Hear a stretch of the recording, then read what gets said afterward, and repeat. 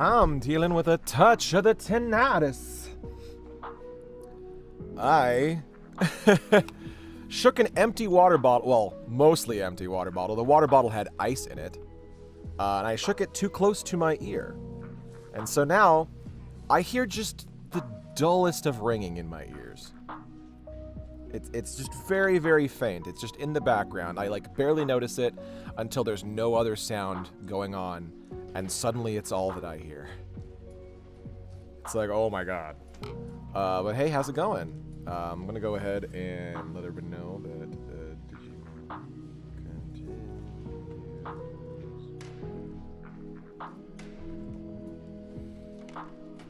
Alright. So, it is Digimon time. Let's go ahead and flip over here. Where am I? I don't know where I am. I'm scared. I'm fucking scared, y'all. I don't know where the fuck I am. Oh, shit. Fuck. Let's do this. Yeah, load state. There we go. Alright, cool. Window capture.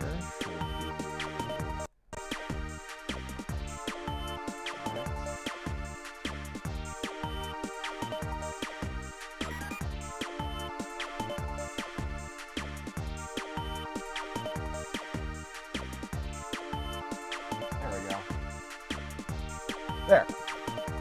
Now, we are set to go. Sorry for not having that set up when I started.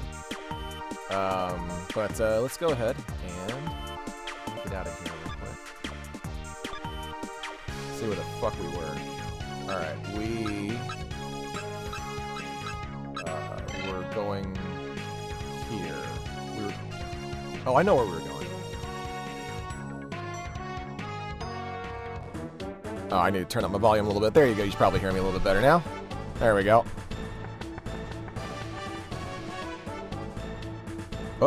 Oh shit. Well, okay.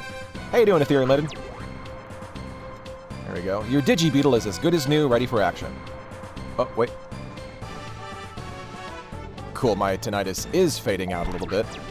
I was dealing with a touch of the tinnitus earlier. Not earlier, like literally, like right just now, because I shook a bottle of just ice way too close to my ear, and it was really, really loud, and all of a sudden I was like, I hear a dull ringing in my ears. I wonder what that's all about. Couldn't possibly be because I shook a fucking thing right close to my ears. I probably needed to have grabbed some items real quick. Oh wait, no, I got some. Alright. Patamon! I don't have anything to make you friends with me with. I'm sorry.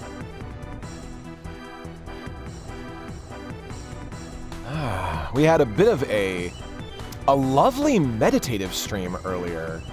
I streamed earlier than I normally would. I streamed Katamari Forever, or not Katamari Forever. We Love Katamari, the remake of We Love Katamari. I forgot you were streaming in my day until they got better. Yep, I stream. I post my stream schedule on Twitch, and I posted it also on Twitter. And I stream at 6 pretty much every day. If I'm not streaming a certain day, it'll show in my schedule. Yep, 6 is when I typically attempt to stream. And that will be pretty much my schedule going forward. There may be some days where I don't stream, but I'll let you know when that happens. But he had a really nice, meditative, chill vibes stream earlier. Shooter gun has been damaged. Oh, that's really bad. Oh, that's really bad. Oh, fuck. And I have nothing I can use to... Oh, man. That's really bad. But yeah, we talked a lot about life and the universe and being good to each other, and it was a nice vibe, I think. I liked doing that. I felt It's a very authentic feeling vibe. I didn't feel like I was, like, you know, forced to just be funny or entertaining. I just talked for a bit. It was nice. It's all good. How was your day? Also, sorry I missed the previous chill stream. I was ill. Hey, it's all good. You're fine. Don't worry about it. Yeah, there's no worries about anybody missing my streams. You can come to as many or as few of my streams as you want. You can chat as much as you want. You can chat as little as you want. Like, I just wanna hang out, you know? I just wanna chill with people and just play games that I like. And sometimes games that I don't like. But, yeah. No worries. No worries. You don't have to apologize for not coming to a stream.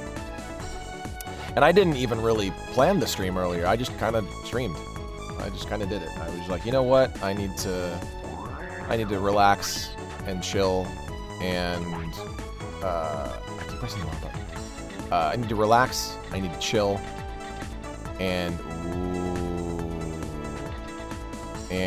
also streaming is a decent way to make, you know, a little extra cash sometimes.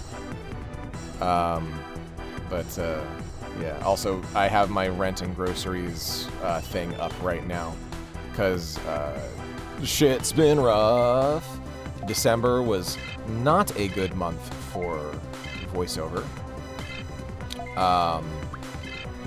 It was, December always tends to be, like, exceptionally rough, because a lot of the studios are, like, winding down and closing. So it's either half a month of feast and half a month of famine. December for me was basically just nothing. Just crickets the whole fucking month.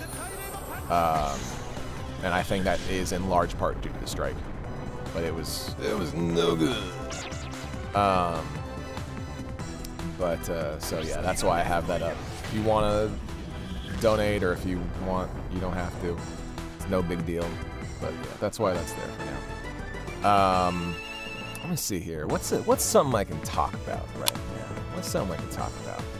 Earlier we talked about how one of the places that if you've ever had a place where I am gonna fight this guy. If you've ever had a place where you feel nostalgic for it, even though you've never been there, we talked about that a little bit. We talked about how we're all the product of billions upon billions of cosmic improbabilities all coming together to create life, and then all of us being together in one place is also just a billion of cosmic coincidences and all that. And it was nice, and I'm trying to figure out what I want to talk about right now. I'm going to turn down the volume a little bit on the music. It might be a little bit too loud, and I might be a little bit too quiet. But let's see, what can I talk about right now? Don't want to talk about the wildfires because I talked about that a little bit earlier too. I'll let you know again that I'm safe. Don't spare any worry for me. Worry about the people who are more directly affected. I am 45 miles away from the... Actually, I think I might be further away from the affected area. It would need to cross over, like, 2 counties pretty much to get to anywhere close. So spare those thoughts for the people who are more directly affected. Oh, I talked about music earlier as well. That was a lot of fun. Let's see here.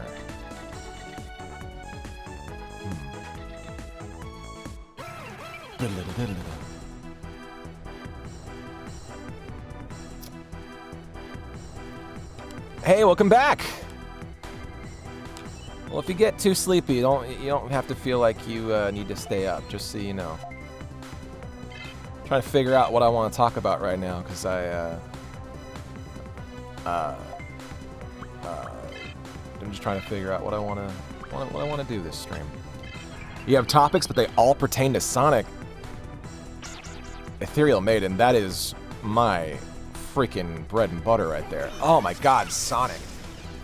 I could fucking talk about Sonic. So, my experience with the Sonic franchise is I had a Game Gear growing up. It was one of the first consoles that I ever like played. It was a console that like my dad got it for him, but I ended up playing it way more than him. And we had a few games. We had Jungle Strike. We had Jurassic Park, which was so much fun. We had Echo the Dolphin, and we had Sonic 2. And Sonic 2 is a game that I played over and over and over again, and I never got past the first fucking level. Ever. But when I was young, it didn't fucking matter.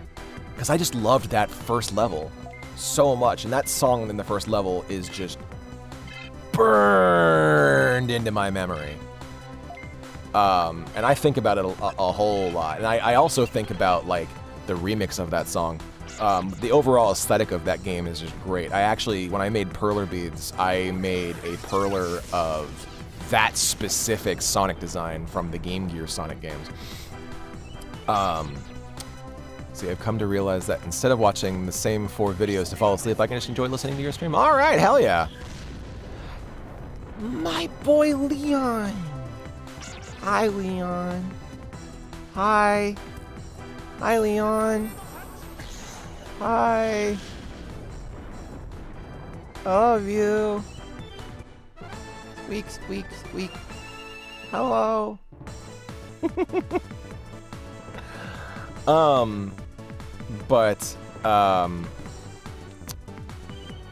me see here. What was it? Okay, yeah, so Sonic. I played a lot of Sonic 2.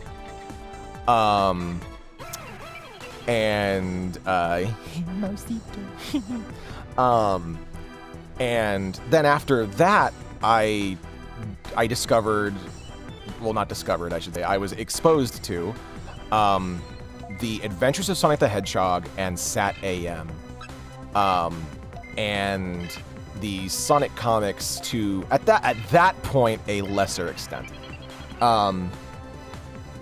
and just absolutely loved Sonic the Hedgehog at that point. I was just enthralled by it. It made me so happy. And I loved the story of Adventures of Sonic the Hedgehog. I loved the goofiness of, the story of Sat AM, I should say, the goofiness of Adventures of Sonic the Hedgehog. I love that both of those Robotniks are just so freaking terrifying. Well, the original is the Jim Cummings is terrifying. Long John Baldry is just goofy. But Jim Cummings' Robotnik is like my platonic ideal of what Robotnik should be. Like, still kind of goofy, but just that extra level of intimidation that I made sure that when I did some Robotnik stuff that I add a little bit of that, just that crisp evil to it. And I also roll my R's like how Long John Baldry does it. And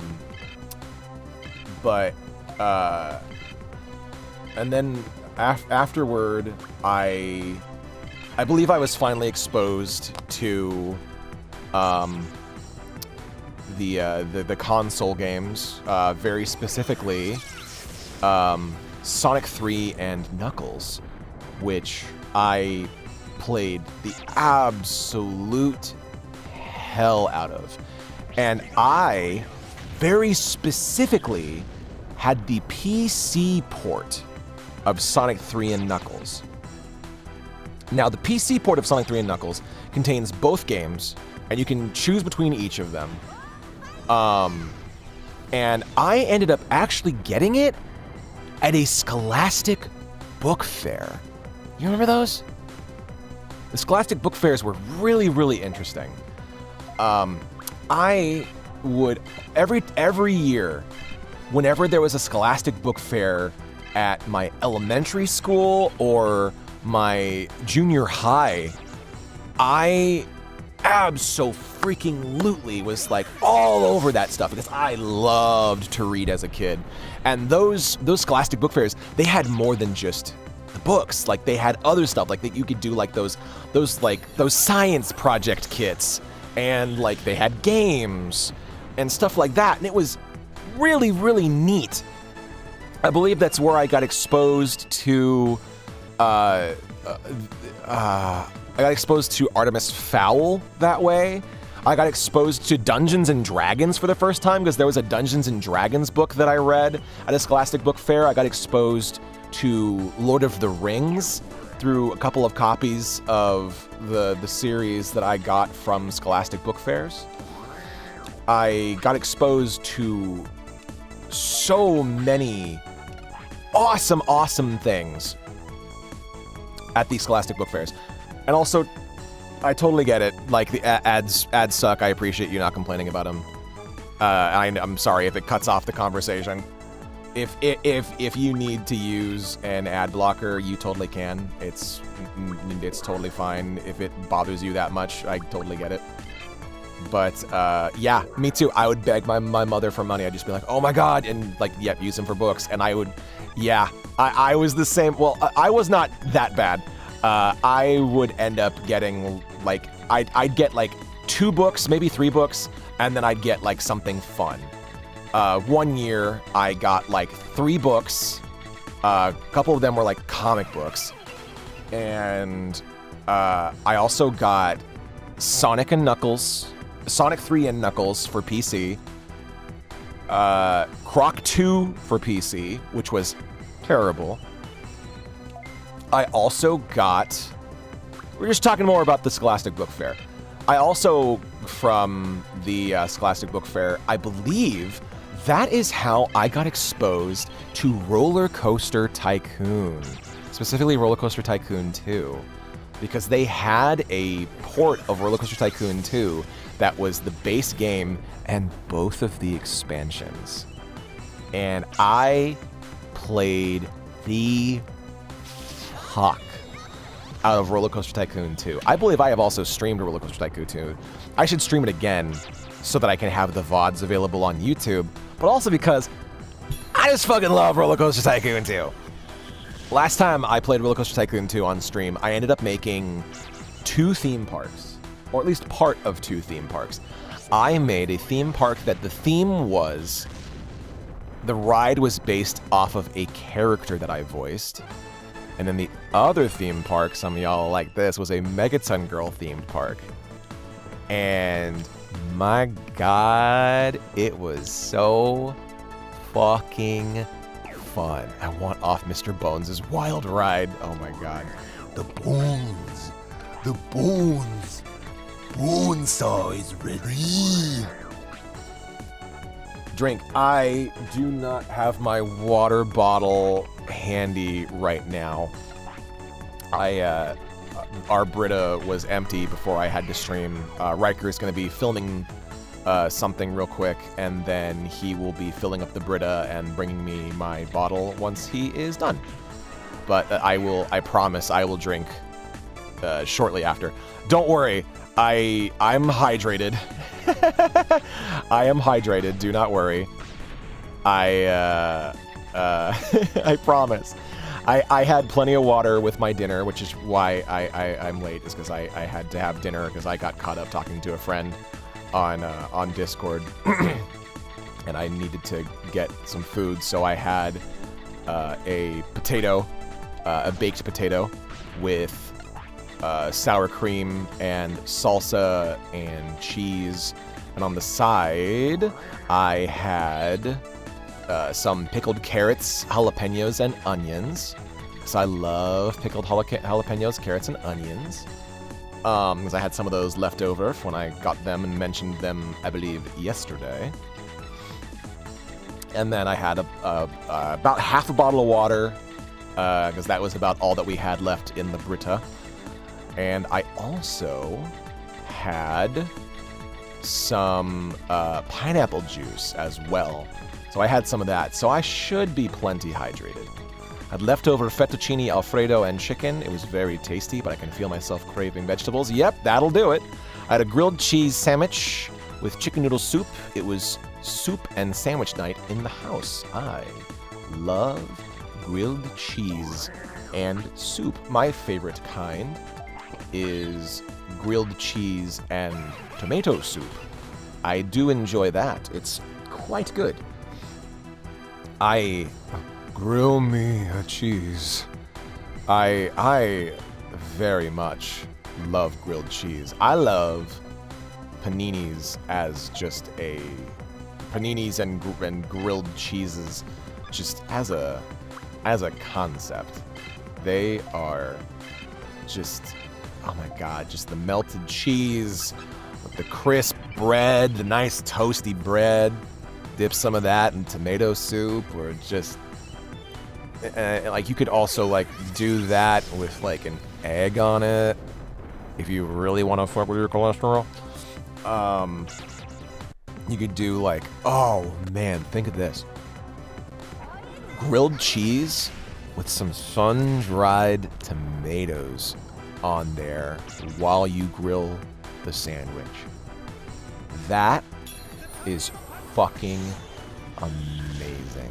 If you really want to elevate your grilled cheese sandwich, if you want to elevate that shit, you get a caprese sandwich. Caprese sandwiches are some mozzarella cheese, some, I believe, spinach, and sun-dried tomatoes.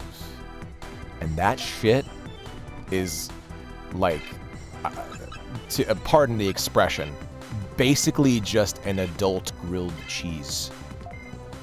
I use the word adult very loosely, but it is so fucking good. And yes, that is Palmon. I apologize, I got off on the tangent. I did read your thing and I was going to talk about it.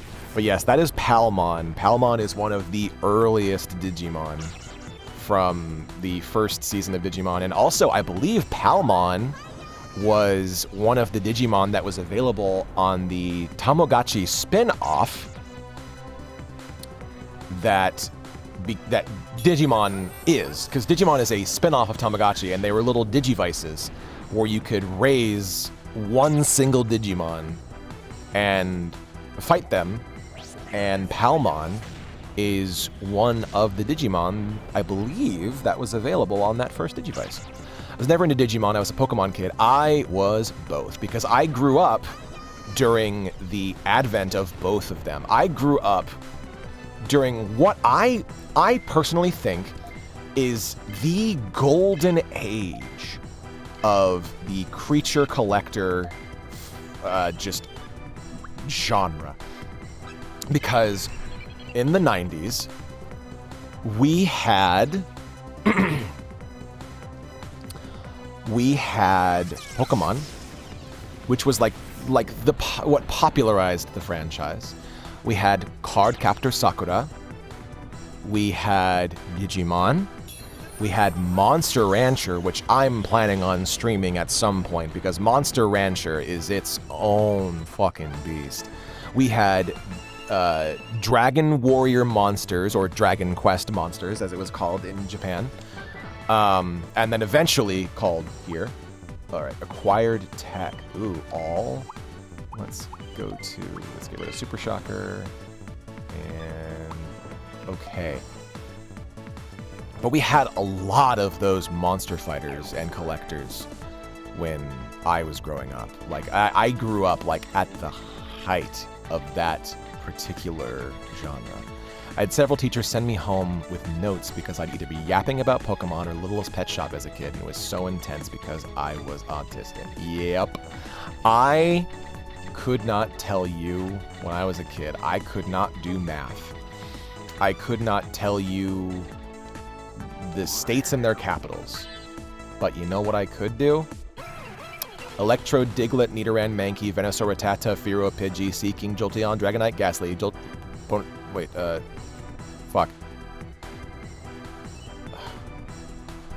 fuck, I can't. I see. It's been so long. Electrode, Diglett, Nidoran, Mankey, Venusaur, Rattata, Fearow, Pidgey, Seaking, Jolteon, Dragonite, Ghastly, Bulbasaur, Vaporeon, Poliwrath, Butterfree. I think. See, I was the quiet ADHD kid who's got so much trouble for reading in too much in class. Yep. The reading, it was drawing. I would draw so freaking much in class. Oh my god, so much. It was nuts. Actually, no, I'm gonna do... What is this? Lower power of foe with attack and Alpha Blast. Yeah, I doodled a whole lot when I was in class. I would doodle in all the notes, and teachers, like, even if I got all of the answers right, they would take off points from me for doodling once I was done with tests. They would take off points even though I was done with all of the answers. When I was in elementary school up until 3rd grade, I was in a Montessori called Kirkwood Educational Center. And Kirkwood was very much a Christian school and was very, very oppressive of free thinkers. They did not enjoy free thinking. And that meant that they didn't enjoy a lot of the artists, and they didn't enjoy a lot of the nerds, and they just didn't enjoy me, because I was very much a free thinker. One time in high school, I was caught drawing in class, and the teacher was like, "Leon, can you tell me what I was talking about?" And I repeated basically the entire session, and the teacher just stood there, and I was like, "Okay, carry on." But yeah, so I did not like Kirkwood Educational Center, but I didn't want to leave because I had friends at that school. But because I didn't want to leave, I was subjected to a lot of bullying from the people who did not like me, and also bullying by the teachers. Several teachers did not really like me because I was just a weird kid who drew in class and made weird noises. Go figure, look at where I am now. And would just spew information that was not really relevant to the class. I would retain all of this information that I was interested in, and nobody else was. And so the teachers didn't love that. But when I say that the teachers bullied me, is they tended to side with my bullies for some reason. But one time I was playing with some friends, and I brought my Lando Calrissian to class because I loved Lando Calrissian, and I had a Lando Calrissian action figure. I still love Lando Calrissian, and I would love to get a new Lando Calrissian action figure. I also loved Boba Fett. But specifically, Lando Calrissian. I brought my Lando Calrissian figure, and this, let's call him fuckwit named Anando, decided to steal my Lando from me. And I knew that he did it because he grabbed it into my hands and ran away with it. And I ran to the teacher. And another thing the teachers didn't like was whenever you basically were like, "Hey, this happened, please help," they called that tattletaling. Even though that is what you're supposed to do, is like, "Hey, someone is bullying you, get an adult." You know? How you're supposed to do it. Whenever I would get an adult, they called that tattletaling. And I went up to teachers and said, "Hey, he stole my thing." And the teacher said, "Oh, Austin, don't be a tattletale." I said, "No, he stole my thing, he won't give it back. He does not like me. I don't like him. Please help me get my thing back. And Anando decided to say, oh, no, it's mine. It's my thing. I brought it.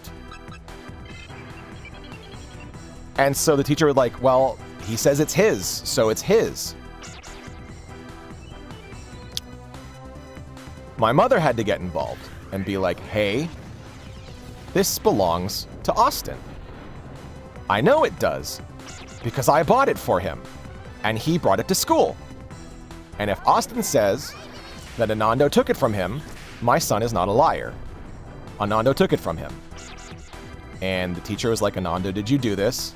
And when Anando was confronted with my mother, Anando decided to confess. And the teacher was like, okay, give it back. And he gave it back, and a big-ass chunk of his hair was just gone. A big-ass chunk of my Lando Calrissian action figure's hair just fucking gone. And I was fucking devastated because I loved that fucking action figure so goddamn much. Yep, Anando was a fucking bitch ass motherfucker. Little punk ass kid. But that is a big reason why I have a lot of issues with my fear of authority, because so often, more often than not, when I was growing up, authority was just straight up not on my side. They were always either siding with my bullies, or calling me the bully, or just ignoring me and not doing anything to help. They would never punish the bullies in any substantial way that would make them correct their behavior. And they would just do everything they could to pawn off any responsibility that they could.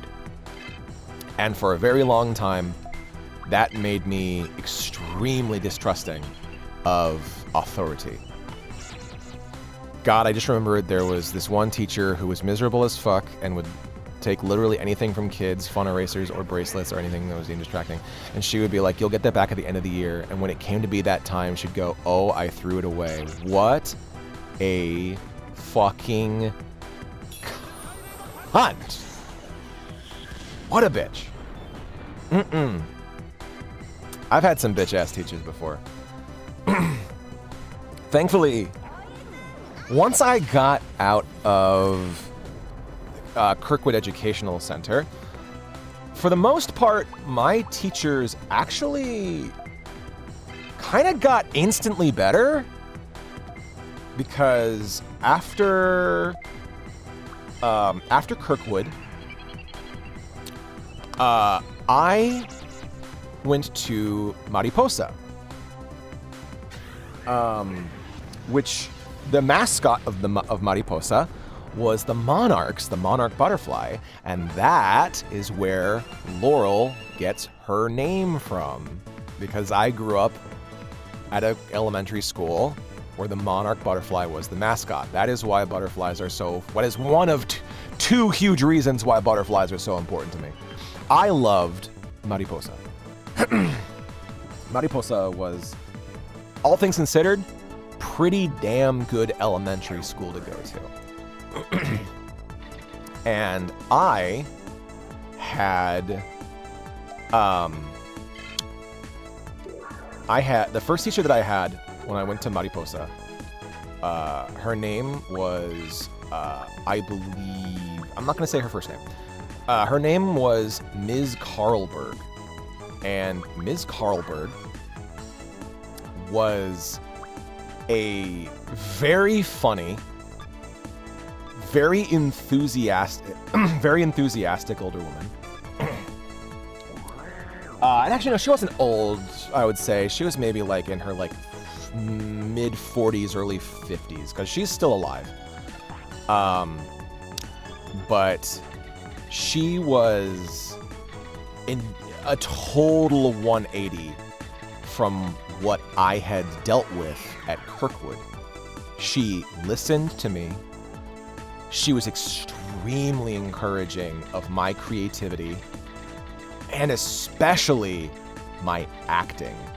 Before I even knew that I wanted to be an actor, she would always, call me, like, oh, the one that makes all the funny voices, but in a not like insulting way. Like she would just like, she would use that as a way of like encouraging me, and she would like be like, hey, if you're gonna do this project, why don't you incorporate like some funny voices into your presentation or some of your theatrics in the presentation, and just go like lean into that and just found ways to help me embrace that. I'm skedaddle, but I hope you have a fun time with Digimon. I love you, sweetheart. Have a great time. I hope you have a good night. That was my high school English teacher, Mrs. Martelli. He was Mr. Martelli. He really encouraged my writing and creativity and helped me gain a lot of confidence. I love that. Love that. Have a good night, sweetheart. But so Ms. Carlberg, Mrs. Carlberg, I should say, she encouraged a lot of that creativity and my weirder side, because she was a very strange woman and knew that, that's something that you have to encourage. She was very much a follower of the one little spark of madness kind of vibe. This is Digimon World 2. She was very, very encouraging of the little spark of madness that all of her students had, because you only get one of those, and if you don't got that, you got nothing. I'm going to lurk soon because crashing hard, but enjoy listening to it. I hope you have a good night. And years later, I booked Final Fantasy VII, and I had to reach out. I had to find her. I had to be like, hey, I need to talk to Mrs. Carlberg and see if I can get in touch with her. I hadn't talked to her in like 20 years.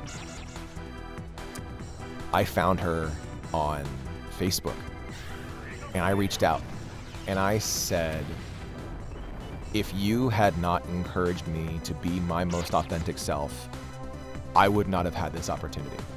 So, thank you. And she was so fucking delightful. She was so sweet and was just like, I am so glad that I was able to help you. I remember you, and I am so glad that you're starting to see some of the success that I knew that you would see. And that was one of the most important moments that I can really remember, of just like that moment of like, man, she encouraged this and she got to see the results of that. She was great. I also, in 5th grade, I had 2 teachers. They shared one classroom. Miss Vind and Miss Ezel. They were not as memorable as Ms. Carlberg, but they were still very encouraging and helped me a lot, and they were both very supportive. And then I had Ms. Turrentine, who was my teacher in 6th grade. And I also had Mrs. Carlberg again, in 6th grade as well. I had her, I believe, for a marine biology class. We talked about like sea life in that class. It was great. Like, we had 3 classes to help prepare us for the fact that we were going to have we had 3 different rooms that we'd go to after every class. We would go from one class to the other class. We'd swap between those 3 classes, and those were our 6th grade classes. And in those classes, that helped prepare us for the the constant swapping of classes that we would be doing in junior high. And in Ms. Turrentine's class, I got to do a lot of creative writing, and we talked about Shakespeare, and I learned how to play my first musical instrument, trombone. And I read a whole lot. That was, I think, around the time that I was really getting into the classic book fairs. I read a lot of the old Star Wars books. I read Lord of the Rings. I read The Hobbit. I believe that was around the time that I started reading the bad wizard books that I don't like anymore. I learned how to use computers. I learned how to use the internet. Hi, sweetheart. What's up? Yes. I would love if you would put at least 2 ice cubes in it and then shook it up. Thank you, sweetheart. I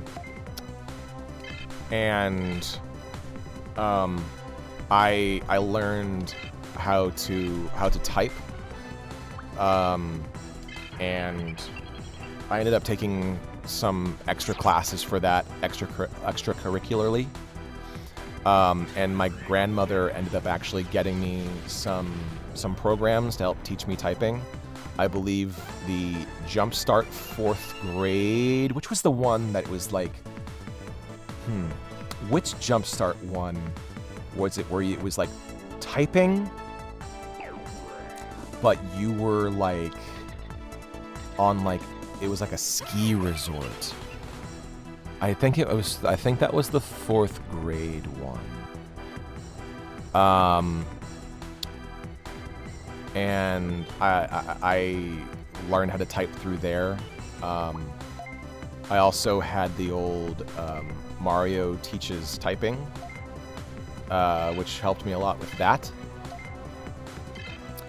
And I quite enjoyed learning how to type and all that stuff, and I'm terrible at it now, but it helped me learn how to write and learn how to use the internet. Real quick, this has been bothering me for many, many, many years. There is I think it is a typing game or like a point-and-click game where you have to like solve this puzzle, and it's like, I think it's like 2 kids, and they're in a like a dungeon, and there is some sort of like, I don't know if it's a tree with a face or something else with a face, and there's like a oh, hey, how you doing, Ed? There's like an hourglass that like runs down and just flips over, and you hear like this shh every time the hourglass flips over. It's like an old game. I do not remember what it is called. Does anybody remember? Does anybody know what I'm talking about? Because I feel like I'm absolutely crazy, because I've been looking up that exact scenario like for years. I've never been able to figure out what that game is. It was like a contemporary of like the Magic School Bus games. I just remember like this like this creepy foyer, and like you had like type out like the answer to this puzzle, and if you didn't do it in time, it would like spin an hourglass or whatever. I don't know what it was. Certainly not Typing of the Dead. Absolutely not. No. This was like a 2D game. It looked almost like a Saturday morning cartoon. Thank you so much, beloved. All right, time to cash in on that What'd you say, love? Okay, sounds good. Cashing in on that hydrate from earlier. Ooh, that still has a little bit of the pineapple flavor from when I put my pineapple juice in there. Oh, yeah. Goosebumps, welcome to Horrorland? Let me look. Let me look. Was it Goosebumps, welcome to Horrorland?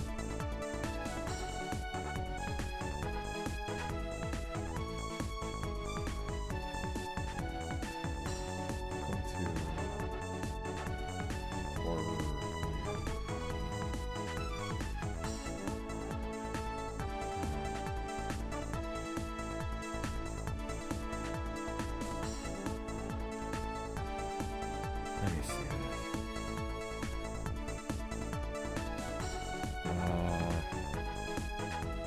This isn't looking familiar. No. That's, yeah, no, it was a computer game. Yeah, no. This was a computer game, not a Wii game.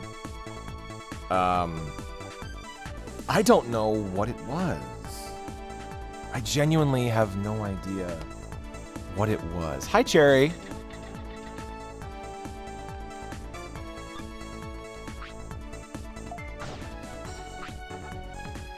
Oh, shit. Oh, that's not good. I need to heal. Clue finders. Clue finders?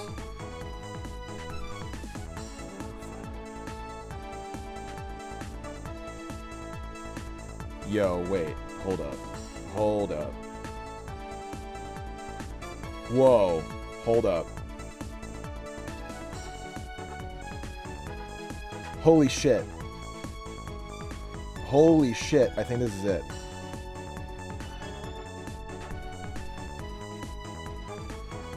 Welcome back, sweetheart. This straight up might be it. This looks so fucking familiar. I have similar thing. Okay. Clue finders. Clue finders. Hourglass.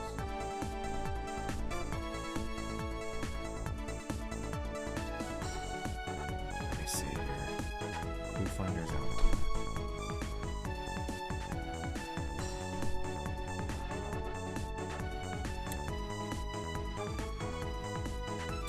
I can't find a picture of that exact game.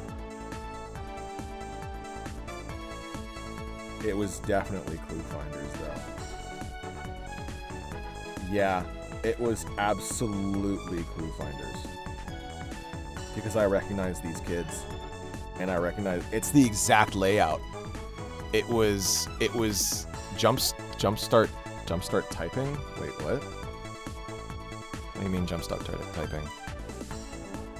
Jumpstart typing. Hold up. Jumpstart typing. Hourglass.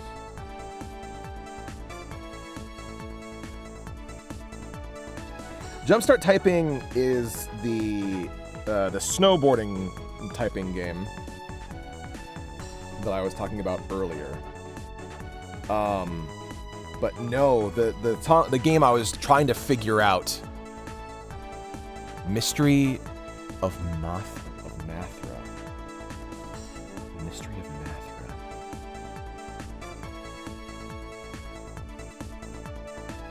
Oh wait. Is it Mystery Mansion? Is it Mystery Mansion? Clue Finders. Mystery Mansion. Is it that one?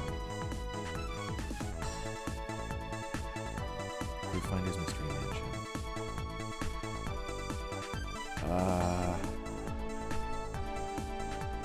No, it's not Mystery Mansion, I think. Okay, no, it's not Mystery Mansion. Googled the details you mentioned, it popped it up. Mystery of Math. Clue Finders, Mystery of Math.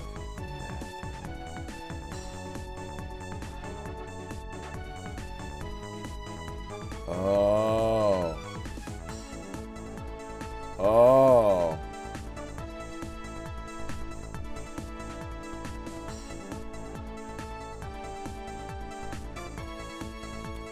It has to be this.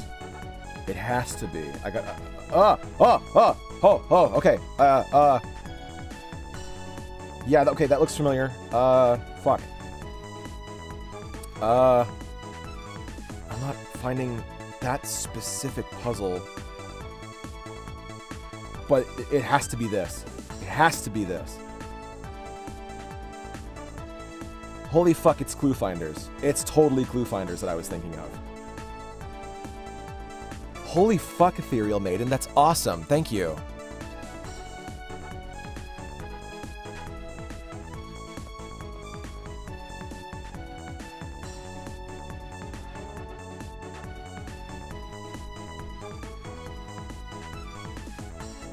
Yeah, it's definitely Clue Finders. I can't find that wait. Nope, that's not it. Yeah,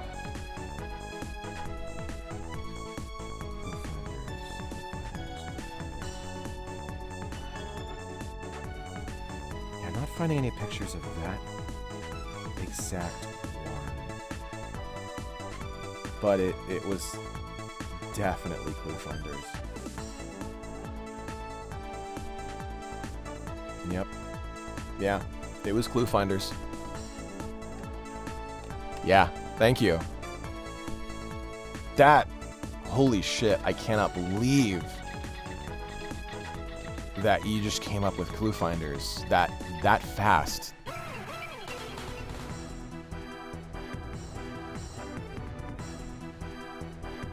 You know what? I'm gonna pull up a picture so that you all can see. See, turnabout. Cloud's boyfriend and Clue Finders. Clue Finders. I cannot find a picture of that exact puzzle.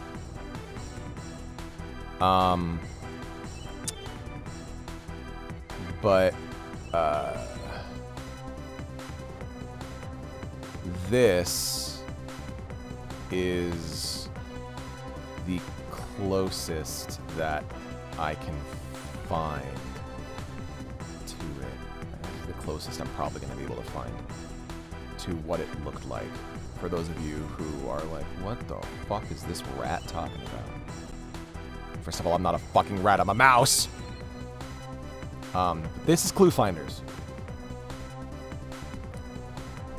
I remember this specifically. This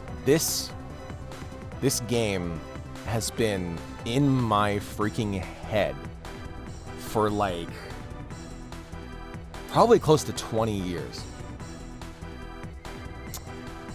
And I have not been able to figure out what it is in that time. So thank you for giving me the chance to fucking get that earworm out of my head. Yeah, no. There's a face in the game that I'm thinking of, the particular mini game that I'm thinking of, where it's like in the foreground. I think it's like either like part of a bookcase or a tree or something. I don't know why I keep missing with Metal Greymon.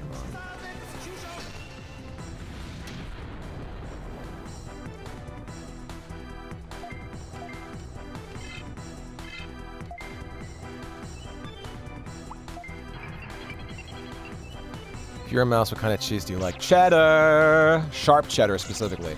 I also quite like mozzarella. Mozzarella is quite good. Mozzarella is good and goes with a great many things. I also like Parmesan. Parmesan is quite good. Another very versatile cheese. Vermont white cheddar is quite good. I love Jack. I love pepper Jack. I love Monterey cheddar. I like, I think blue cheese is okay as a dip for wings. You prefer melted or non-melted cheese? Oh, either fucking way. I can swing both ways of that. I'll have my cheese as non-melted, as melted, as shredded. I do not discriminate with my cheese. I absolutely will not discriminate with mine cheese. I have a very accepting palate when it comes to the form factor of my cheese.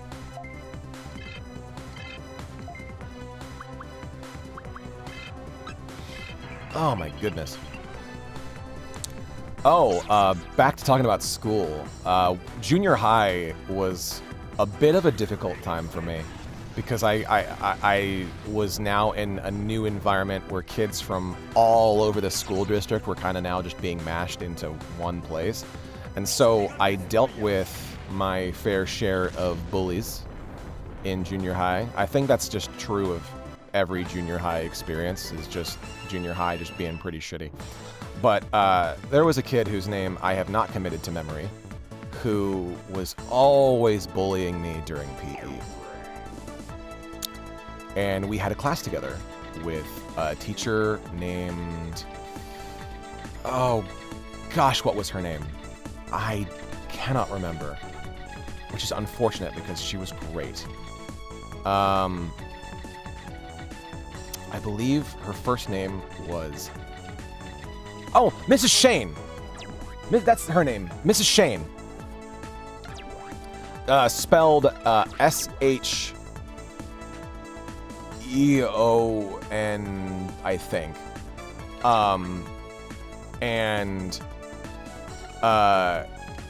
She was a very good teacher for me because she did not take bullshit from anybody. Like, if a student was, like, messing around with another student, she was just like, you do not bully my kids. Absolutely not. And just would not stand for that at all.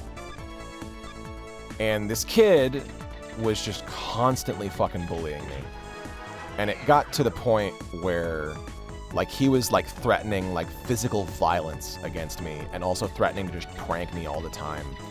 And he was just extremely rude and would go out of his way to, like, if there was an object that we used for PE, like a ball or a stick, he would come up with some excuse to hit me with it. And the coach would never do anything about it. Even though it was obvious that he was, like, doing it on purpose. And one day, he threatens... I don't know why he did this, but he threatened to pants me, like, to my face. And I'm just like, what the fuck? What the fuck is wrong with you? He, like, threatened to, like, pants me in front of the entire fucking PE. He's like, when you least expect it, I'm gonna rip down your pants. And I'm just like, what the fuck? What the hell, dude? And then he just keeps, like, threatening me with that, like, the entire fucking, like, class. And then as he's doing this, as he's talking about this, I see Mrs. Shane walking up behind him. And I said, you might want to, you might want to cool it on saying that stuff because Mrs. Shane's right behind you. And he goes, you really think I'm going to fall for that shit? And Mrs. Shane puts her hand on his shoulder. And she had this little thing that she would do where, to give you detention, she would lean into your ear and say, quality time. And then just walk away. She puts her hand on his shoulder, says, quality time. And then he just has this look of just...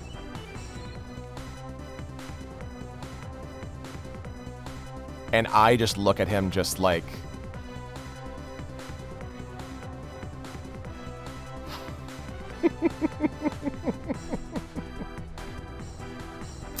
She heard every fucking word that he said. And I thanked her about it later. And she says, nobody messes with my kids. And I'm just like, you know what? Goddamn. Goddamn. She was just like, that is sexual harassment, what that kid was trying to do to you. And that is bullying. I do not stand for that. And if anybody ever gives you shit, tell me about it, because I will not stand for bullying in my school.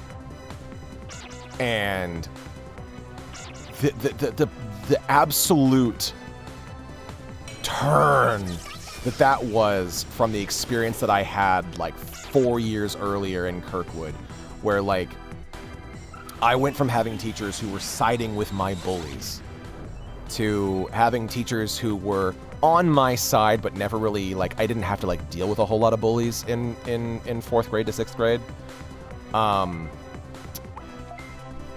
And then getting Mrs. Shane after, you know, everything that I was put through when I went to Kirkwood was just like, holy shit. Can teachers actually be like awesome? And I had some pretty great teachers when I was in junior high. The teachers were like the best part about my junior high experience. Roche wouldn't stand for that either. No, absolutely not. But when I went to high school, I had some freaking amazing teachers. I had the teacher who I had the most. I had Mr. Bartell for music class. And I actually had his wife in junior high music, but I had Mr. Bartell for far longer. I had Mr. Bartell all 4 years of high school, and I even like stuck around after college to like help him with some stuff. So I knew Mr. Bartell for a long time, and I still keep in touch with Mr. Bartell. But I had him for 4 years, and Mr. Bartell, while he, you know, he had his moments of anger because he, you know, was a very dedicated teacher who wanted to, you know, make sure that we were performing at our best ability, and if we weren't, either he would give us positive reinforcement or he would give us negative reinforcement, which is not so great. But regardless, he was a very fun teacher. He was very encouraging of my musical talents. When he found out that I wanted to write music, he was just like, hey, here's some programs that you can use to do that. Like, go for it. And if you ever write something like, you know, that would be good for our, you know, our students to perform, we might perform it someday. And while that never happened, the fact that he encouraged that at all was great. And he also, like, he encouraged me to be active in the jazz band. He saw that I was like a very good soloist, so he was like, hey, like, I'm gonna make sure that you get a couple solos during the concerts, and I want you to try out for drum major. And he was very encouraging. He was also quite funny. And we, for the first couple years of high school, excuse me, for the first couple years of high school, what was I going to say? The first couple years of high school, we had a Dr. Pepper, a Coke machine. It was a soda machine. It eventually got replaced with just just like a fruit juice machine, which was not as good. But we had a Coke machine, like a little Coke vending machine. And he would give me $1 and say, hey, Matthews, can you get me a Dr. Pepper? I'd be like, yes, sir. And I'd run down, and I'd get him a Dr. Pepper, and I'd hand it to him, and he would slam that shit. He would slam that whole fucking can in one go. Just chug that shit. And then just go...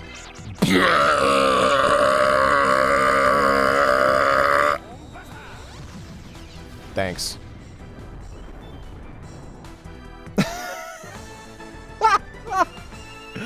He would just drink the whole fucking thing, belch, crush the can. And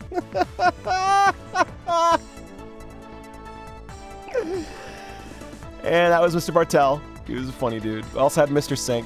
Mr. Sink was fun. Mr. Sink was... if I had to describe Mr. Sink, he was a fun, loving dude who... He's still alive, but I don't know if I'm describing him like in like the past. But in the past, like when I knew him. He was a fun, loving dude who was like very much just like, hey, if you... did they rate their burps? Yeah, we would always rate his burps. Yes, we would. Mr. Sink every year would take students to Africa and give them, you know, just a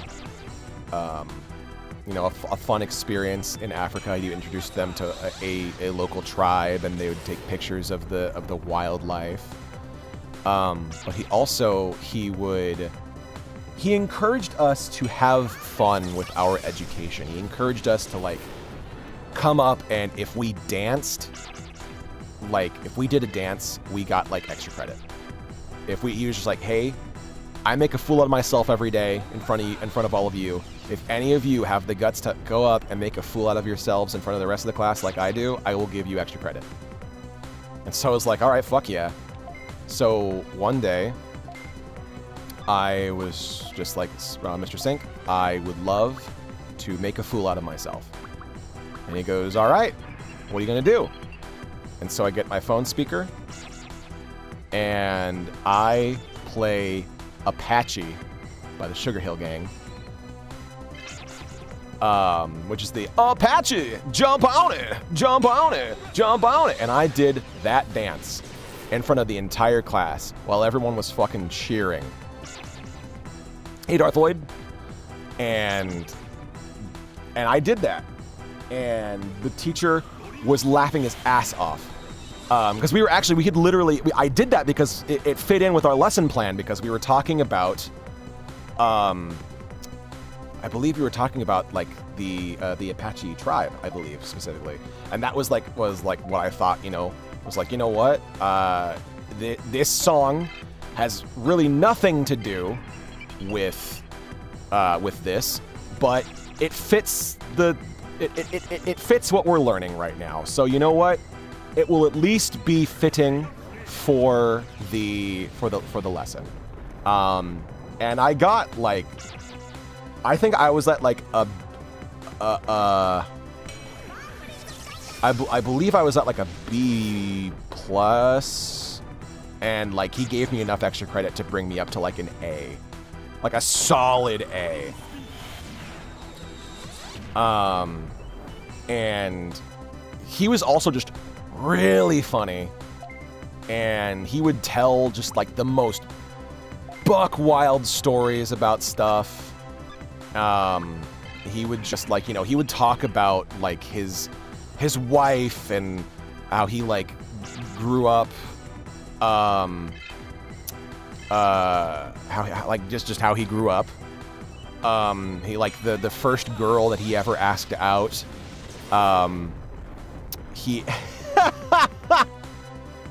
he took this girl out on a date, and he calls this story the fishnet story, because this girl that he asked out, when she went out on a date with him, she was wearing fishnets, and Mr. Sink had some bad shrimp, and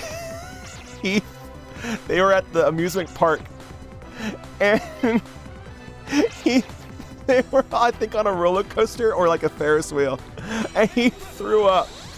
He threw up shrimp all over her fishnets, and so it just looked like she was. It looked like she was wearing the catch of the day. He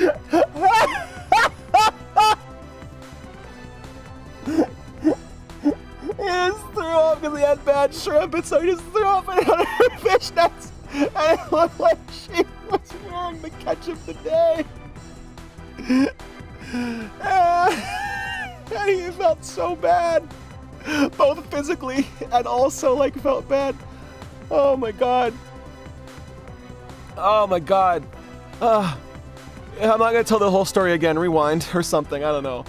The basic gist of the story is that he asked out a girl who went out with him at a music park, and she was wearing fishnets, and he had some bad shrimp, and then he ended up accidentally throwing up shrimp all over her. Yeah. That was... Yeah. So it looked like she was wearing the catch of the day. I'll never forget that.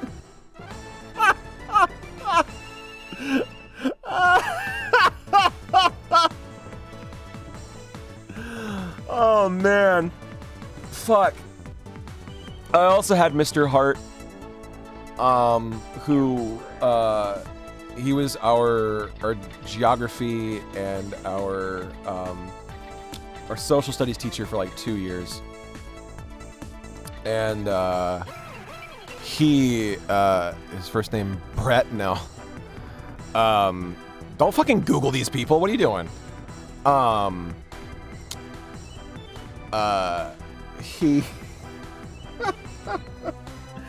Mr. Hart was cool. Because like he could blitz through a lesson, and you would like Brett the Hitman. Oh, got it, bro. Got it. He would blitz through lessons, and we would still like learn everything. And with that extra time, he would teach us like about stuff that he was interested in. And to be like, you know what, I'm gonna give you guys a little bit of culture while I teach you about like social studies. Like sometimes he would like tie it into like the lesson that we were talking about. And one of the things that he was teaching us about was he was talking to us about, I believe, New Zealand. Yes, it would have been New Zealand he was talking about.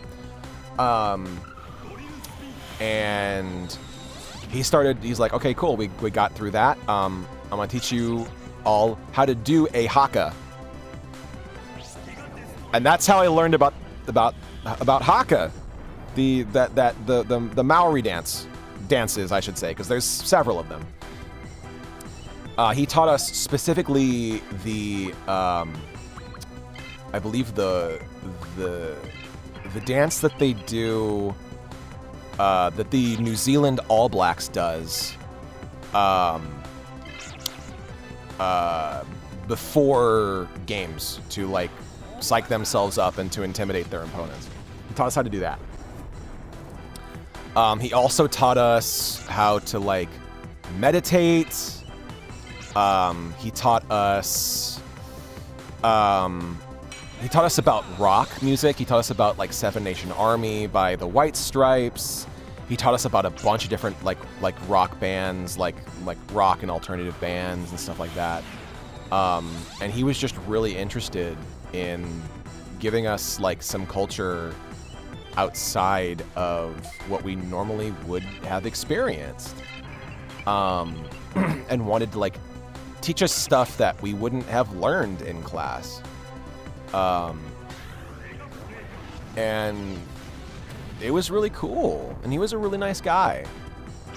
He's a teacher who I wished that I had kept in touch with, because he ended up transferring to another school after my junior year, I believe.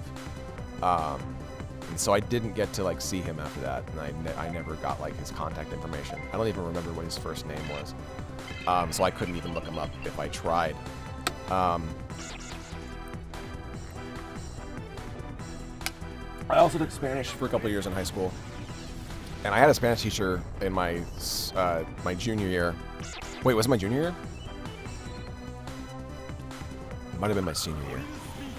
Anyway, I had Mr. Patterson was his name, and Mr. Patterson was, for the most part, like the first half of the year, he was great.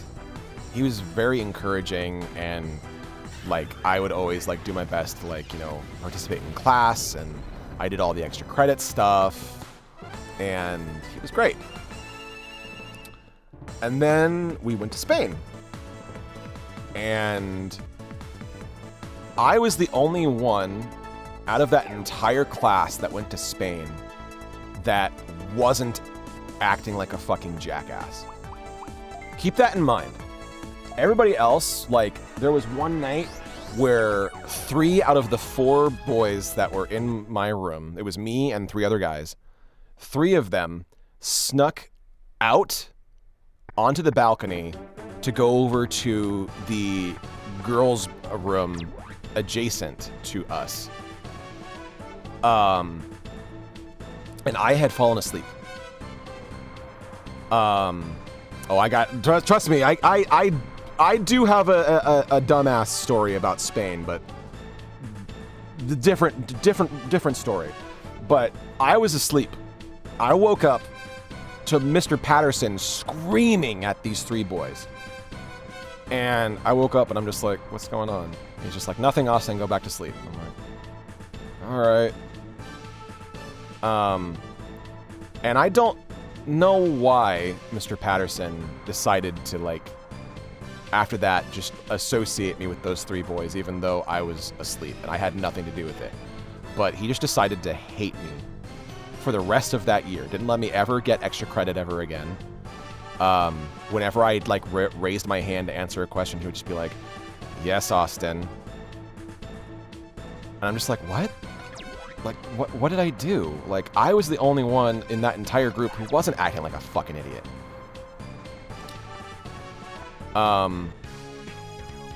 And he never found out about the actual, like, dumb thing that I did. So we went to Spain. We went to a museum. And I ended up, like, with the group that I was in, it was myself, the class president, and 2 other people. And we ended up just going through the museum really fast. And the class president, Amanda, was her name. Amanda... No, I'm not going to say her last name because that would fucking dox her.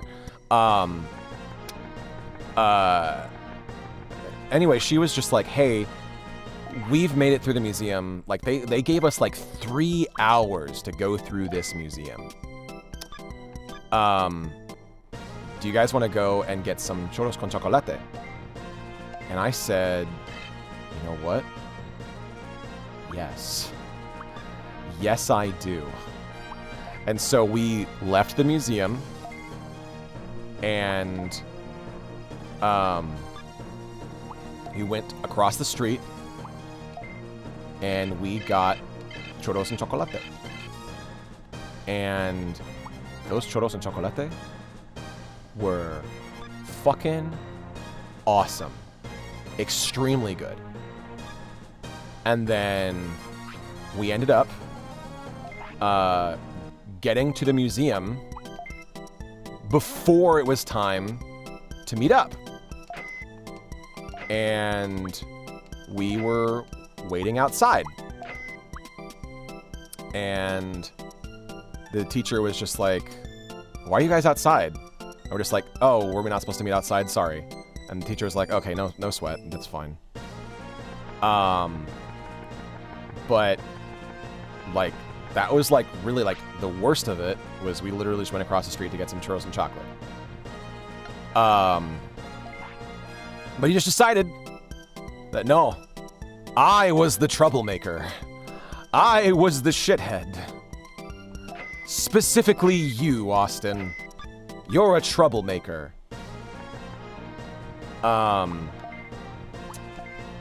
But the good thing about that trip, outside of those fucking a banger churros and chocolate, was there was another teacher who went with us. It was Mr. Patterson, a mom of a student whom I didn't like, and for some reason, the Japanese teacher, White Sensei. I do not remember her first name, but she was an older, I believe, maybe like 60-year-old Japanese woman, and she came with us to Spain.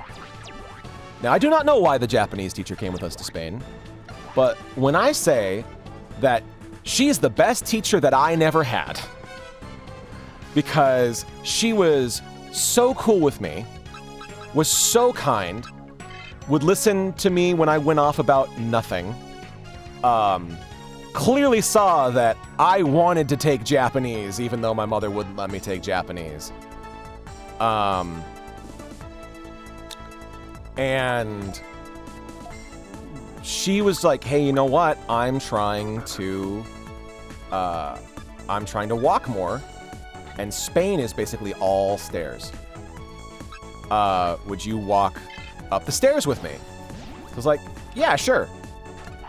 And so whenever, like, I was, shit, I forgot to get mag missiles. Damn it. Do I have any mag missiles? Okay, I do have some.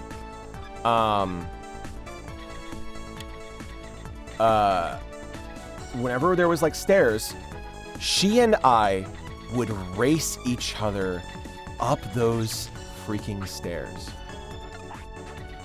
Just, oh great, stepped on the landing. Let's see. Whoa, what? Huh? What just happened?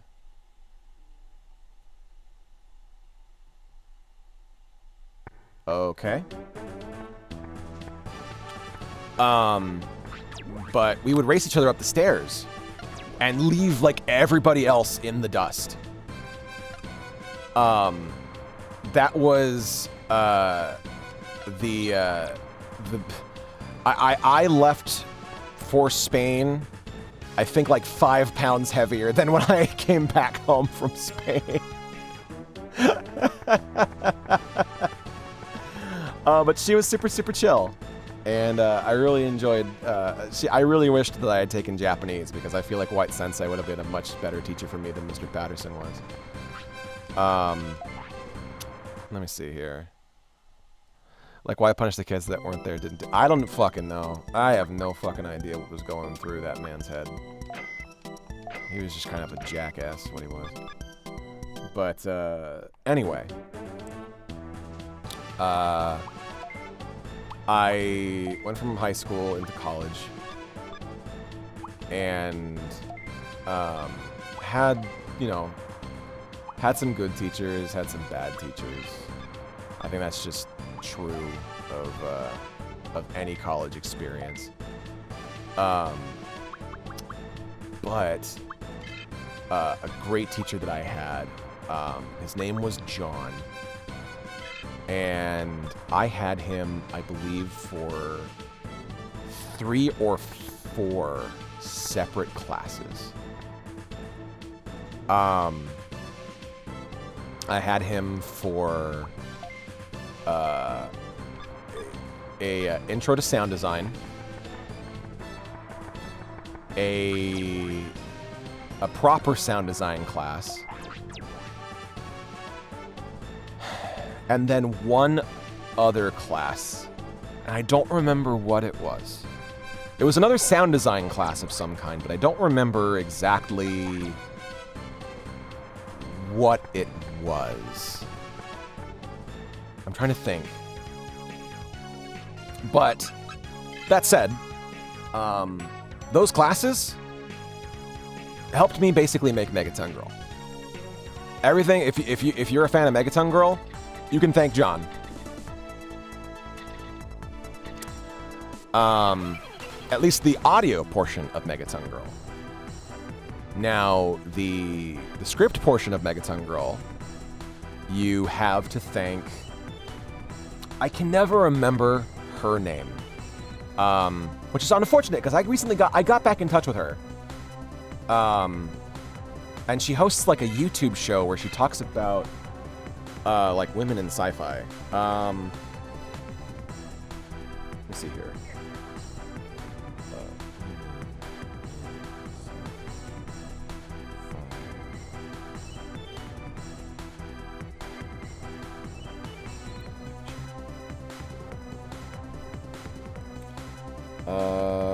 I cannot seem to find the channel. I'll take a look. Anyway, Danielle McRae. No. So Danielle McRae was an actor, but another contributor to who made Megaton Girl good, whom I don't know if I would have made Megaton Girl if not for this particular teacher. Honestly, the whole cast of Steve Bloom levels are perfect. Oh, you fucking better believe they are. But anyway, I took a drama writing for... Actually, I took 2 classes with her. I took drama writing... Wait, did I take both of these classes? No. Yes, I took drama writing and sitcom writing with her. Quick question, is MG fanfiction allowed? Absolutely. What record? Sitcom? Sitcom? Why sitcom? Okay. Order com. Yes, Megaton Girl fanfiction is allowed. And I mean, you basically already made Megaton Girl fanfiction with your Cheryl thing. But yes, I not only welcome Megaton Girl fanfiction, I encourage it. And it can be wholesome, and it can be not so wholesome. You want to make filthy shit with my characters, just have fucking fun.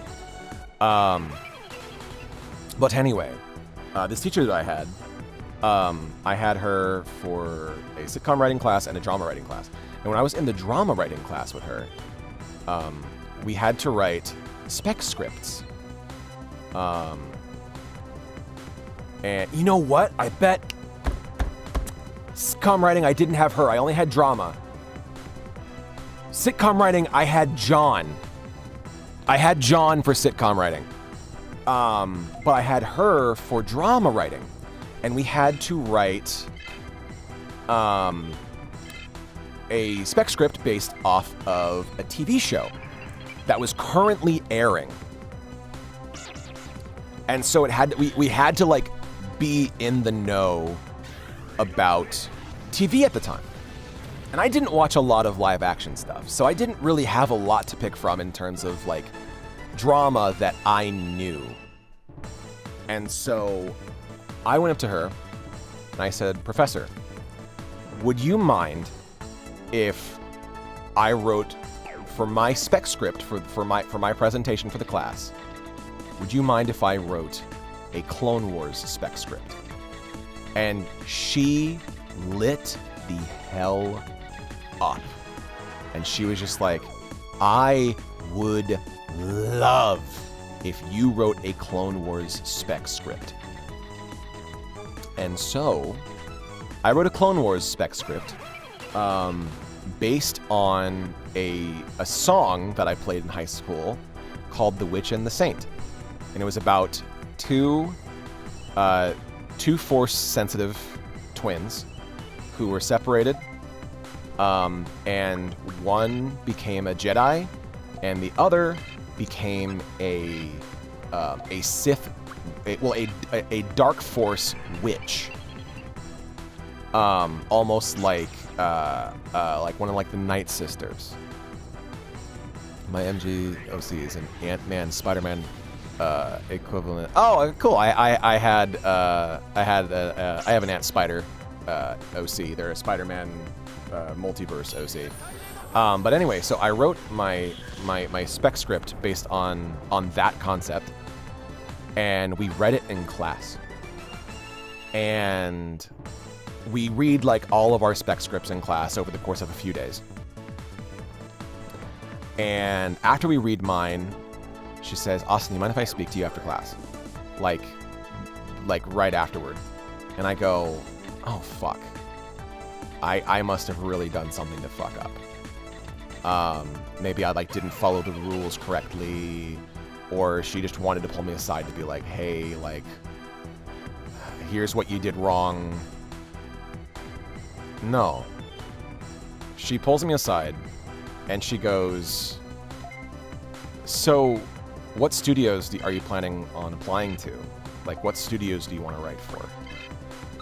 And I said, what do you mean?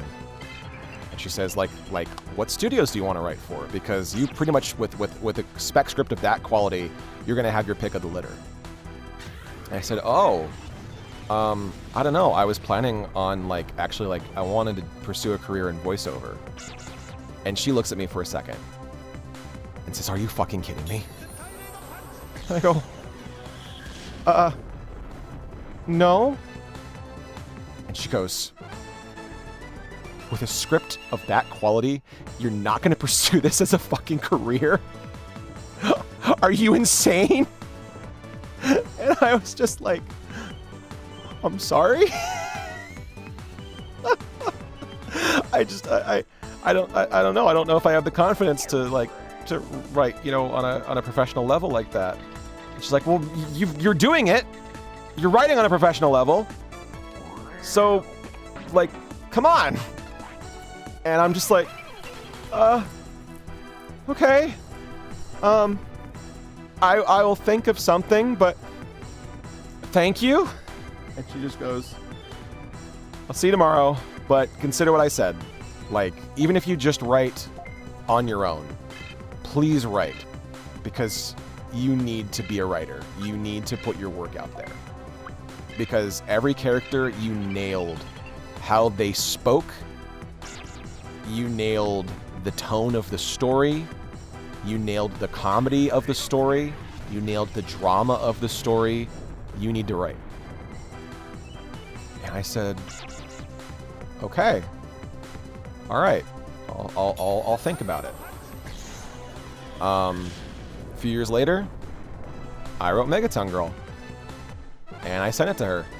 I said, I didn't apply to any studios like you wanted me to do, but I made my own thing. And I hope it's good. And she said, I am so fucking glad that you actually made something, because you needed to. And that meant a lot to me. I was really, really happy that she was proud, retroactively proud. But, yeah, she was extremely encouraging. And I am really glad that I had the teachers, there's some teachers that I had in college that were not so good. I had a teacher that his whole class was, the cultural significance of anime, and he didn't teach it very well at all. He was just a very boring teacher. He somehow made anime boring. I don't know how that's possible. Because I've had I've done research into the history and cultural significance of anime before, and it's actually really exciting. So he had to try to make it boring. That had to have been a conscious effort. But anyway, the teachers that I did have, I had a teacher that taught me how to direct. I had a teacher that taught me how to write comedy and how to do sound design. I had a teacher who taught me how to write good dramas. I had a teacher who taught me how to write films. And all of those things together came together to make Megaton Girl. And I'm extremely proud of that. There was like some like early stuff that I wrote in college that were basically like proto alpha beta versions of what eventually became Megaton Girl. Namely one called Connie 5050, and then another one which was called I think it was just called Olympus 365, which and Olympus ended up being a name that we used in Megaton Girl, Olympus Illustrated. But Olympus 365 was a speculative show that I wrote that was about a bunch of D-list superheroes all living together and how they lived their lives. That was like the sitcom that we had to like write. We had to like come up with our own concept for a sitcom. And it, you know, it was its own experience. It really needed some fine tuning. It wasn't really all that good. But a lot of the concepts that I took from that ended up making it into what eventually became Megaton Girl. Especially like the tone, like the more like relaxed, funny at the beginning tone that Megaton Girl has. But yeah, so that was my school experience. Went from hating school to kind of loving school by the end of it. I still had some issues, but you know, who doesn't have issues with school every now and again, you know? Some folks have it better than others. I should probably get that. Probably get that. Yeah. I don't need it. I don't need it. I don't need it. I don't need it. I don't need it. I definitely don't need it. I don't need it. Well, I have run out of things to say. I don't know what I want to talk about right now because I just talked for an hour and a half about school. Damn. You guys got any questions while I think of what I want to talk about next? I had some pineapple juice before we started. It was really good. I love pineapple juice.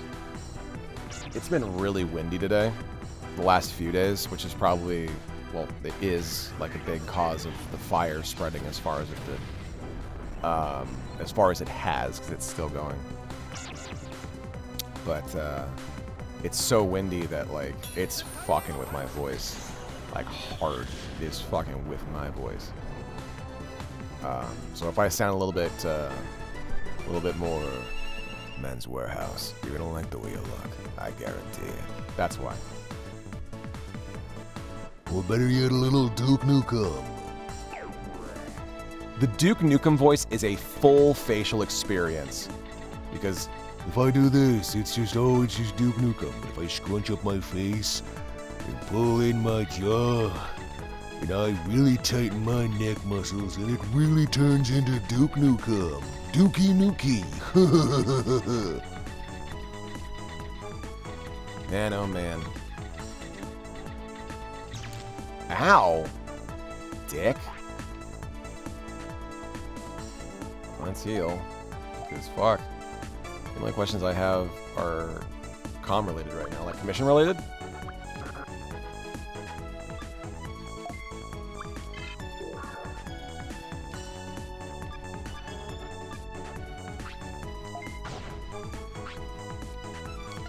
Oh shit.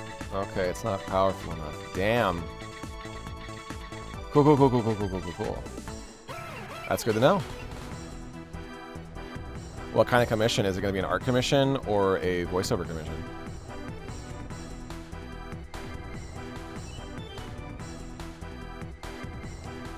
Oh, goodness gracious, my neck. Oh, at some point, one of my friends wants me to do an entire stream as Jaharl from Megaton Girl. So I might end up doing that at some point. I'll end up doing a whole thing. Wait, art is on the table. It might be both. Oh my god. Yeah, I'm doing art commissions. I'm doing bust and emote commissions. I'm not doing like full body or whatever. I'm just doing bust for now. But I'm also doing voiceover commissions. I'm kind of prioritizing those at the moment, the voiceover commissions, because that's what I'm best at. Like, I'm good with art commissions, but like, I prefer doing the voiceover commissions. They're a lot of fun. If I had an unlimited amount of money, I would commission you for a lot of things. That's very fun. Thank you. What was I gonna say? What was I gonna say? I was gonna say something. Doesn't matter.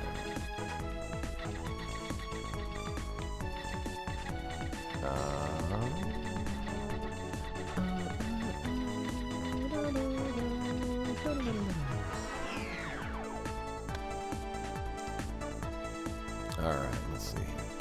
I was going to ask about a character, but with the strike, I don't know if it would happen anyways. Yeah, probably not. If it's the character that I'm thinking of, probably not. I would have to, unfortunately, decline. I have to be very picky about what I can and can't do. MP driver. Ooh! Oh, you've got to be fucking kidding me. Absolutely not am I walking on that shit. Nope, nope, nope. Nope, nope, nope, nope, nope. No, no, no, no, no, no. Talk about Ash from Cold Steel. Cold Steel is not currently being struck, I believe. I believe that Trails of Cold Steel is actually a game that has, in fact, signed the interim agreement. So I can talk about it. It's all good. I'll think of something else. MG always. MG? Yeah. Megaton Girl always. I love answering questions about MG. I love talking about MG. It's like, you know, one of my... It is my hyperfixation just as much as y'all's. Goodness gracious. I loved working on Megaton Girl. Don't ever work on your shows the same way that I worked on Megaton Girl, because I pulled a lot of sleepless overnighters working on that show. Oh boy, don't do that. You will hate yourself. Ash is a great character, so how would he fit into the world of Megaton Girl? I feel like Ash would be he would probably... I feel like he would fit into the story in like the same way that somebody like would fit into like My Hero Academia. Like he would be like a hero like in training who maybe had a lot of issues, who maybe was kind of maybe going down the path of like an anti-hero or a villain. And then maybe somebody like Magnanimous would put him like on the straight and narrow and make him realize that, you know, people can look up to him and that he can, you know, do his best to help people. I feel like that is how he would fit into the world, I think, personally.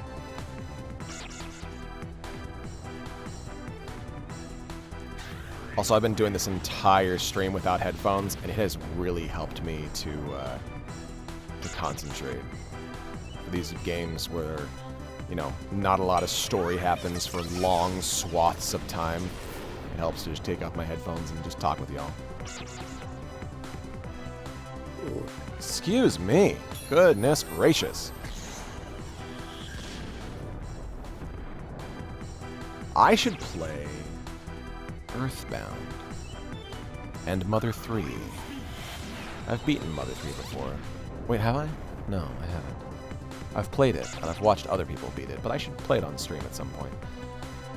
Pack a tissue, because it is a sad game. Are OC art commissions on the table? Abso-freaking-lutely. Yes, absolutely. As long as you have a proper ref, or at least a ref. But yeah, no, absolutely art OC commissions are on the table. I love doing OC commissions. Like, I honestly, like, you know, I prefer doing OCs over, like, other established characters usually, because that's a bit more personal for people. Holy freaking crap, those blinds are going crazy out there. Even that's bad. That's what it's like going to bed every night, Riker. Especially when the windows it just rattles the windows.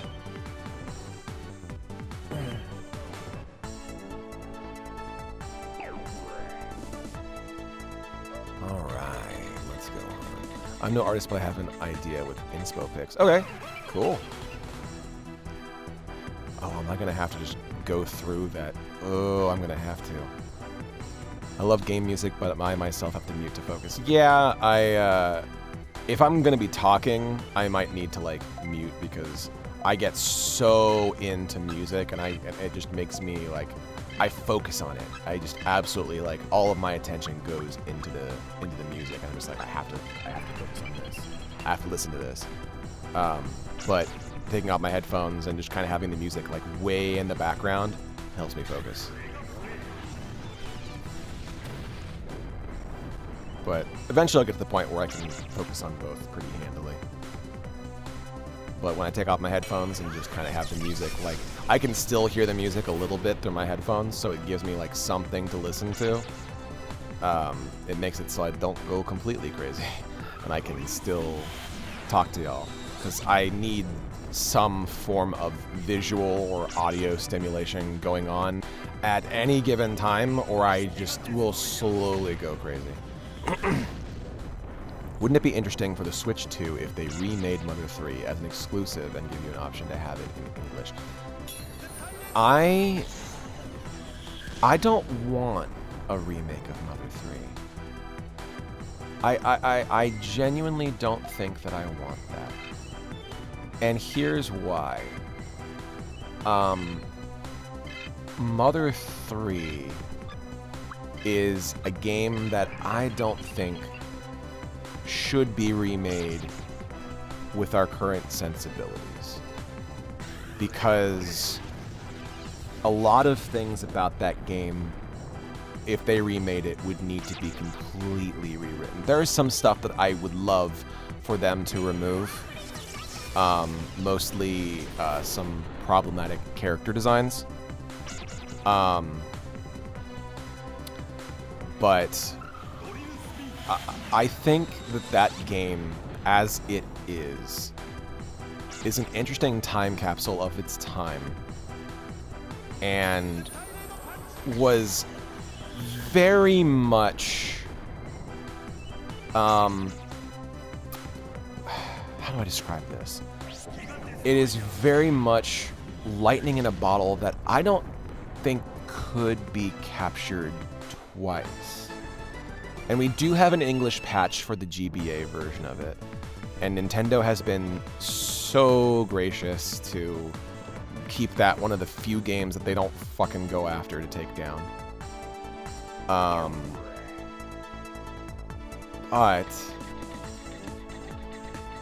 I think that Mother 3 is a game that should be experienced as it was originally released. Not necessarily as it was originally intended, because it was originally intended to be an N64 disk drive game. That turned out to be just too ambitious for a console that was dying. This is gonna suck. This is gonna suck. This is gonna suck. This is gonna suck. This is gonna suck. Oh boy. Oh my god. But Mother 3 is a game that, were it remade, they would cut out a lot of stuff, I feel, and probably tone down a lot of the more memorable and impactful things about it. Namely, I think the whole story with Klaus and Lucas would have to be like completely rewritten, because Nintendo is a lot more like, oh, we have to think about the American audience playing it and how they, you know, they want our games to be family friendly. We can't go back to, you know, making M-rated games like Eternal Darkness. I think that was a Nintendo game. I think Eternal Darkness, Sandy's Requiem, I think that was a Nintendo game. I'm pretty sure I'm thinking of the right game. Yeah, one of the few M-rated games that Nintendo ever released. But Mother 3 is a game that has a lot of really dark things about it. The game opens up. The first chapter is literally called The Night of the Funeral. And it is exceptionally melancholy and deals with a very, very peaceful, loving society that has never known loss, being struck with its first instance of loss. And it is a very devastating, heart-wrenching loss. Brutal, brutal loss. That I don't know if Nintendo would want to translate today or localize today. I don't know if Nintendo would have the gall or the boldness, the daring. They wouldn't want to take the risk with a lot of the dark stuff that Mother 3 delves into. Mother 3 delves into issues of drug hallucinations, parental abuse, slavery, a bunch of other just horrifying things. And I don't know if Nintendo has it in them to talk about the topics of gender that are brought up in that game. And I don't know if Nintendo would do that, because they seem to be pretty shy about tackling gender issues. Or not issues, but topics of gender, I should say. So I don't know if I want Mother 3 localized. And remade, I should say. I prefer the game unfiltered as it is, because it is a topic and a product of its time. And there's a lot that it can be learned from it. But it is something that I feel just needs to be experienced unfiltered. So it's not like, you know, it's not like some other games that get remade where I'm like, oh yeah, no, you can play this and it will functionally serve the same purpose. Like, no, it is a game that, like, I think like the original Final Fantasy VII, I wholly recommend people play the remake, but I don't think people should play that remake until after they've played the original game. And I know that that is, for some people, probably like controversial, and for some people it's probably just like, well, duh, it's a companion to the original, so of course play the original first.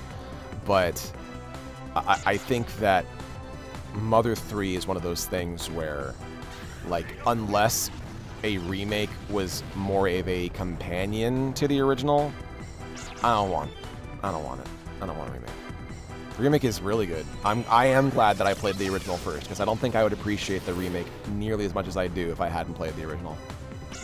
The remake is, I feel, best enjoyed as a supplement to the original, because it works really well if you know the story of the original. I feel it is more impactful of a story if you know the original story first and foremost. Yeah. That's my spiel.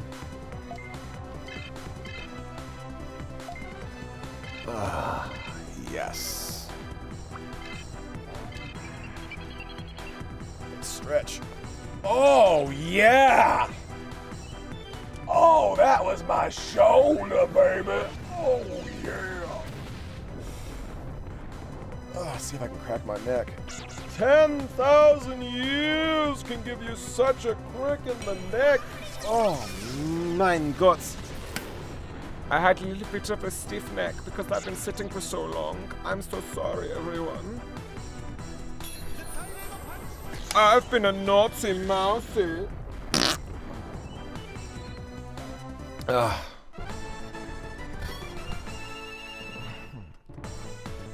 Hope that what I said about Mother 3 makes sense. I apologize for poo-pooing the idea of a Mother 3 remake. I'm sure it would be just fine. But that is just my personal opinion on the matter. Ooh, I got a toy car.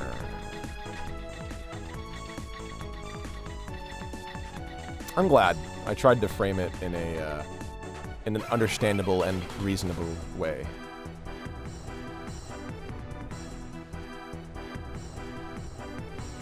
In my own chill vibes of a manner. Yeah.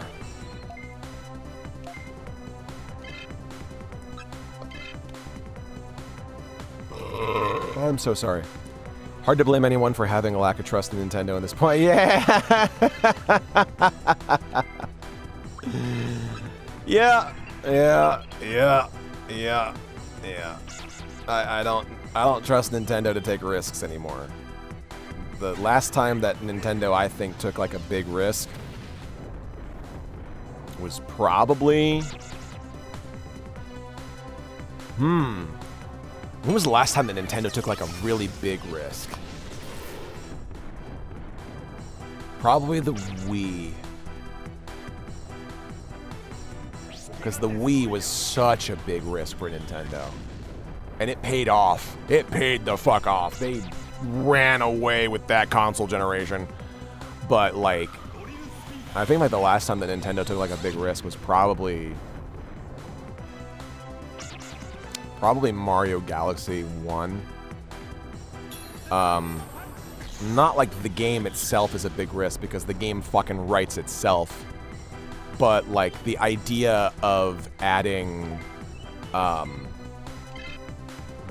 just the fucking concept of sadness in a Mario game with Rosalina's story, like that was probably like the most recent time that Nintendo took like a hard risk on something.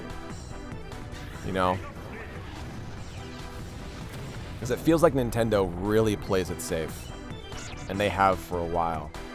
And even like incorporating like sadness into like Rosalina's backstory and giving us something as freaking beautiful as her story. I should read that. I should just read that for y'all sometime. Just like as like a little bedtime story for y'all sometime. But even like that was not like the same kind of risk that Nintendo was taking during like the GameCube days. They like the Wii itself as a concept is a risk. But like their games really didn't take huge risks since, I don't know, probably what was the last big risk that Nintendo took? Probably making M-rated games.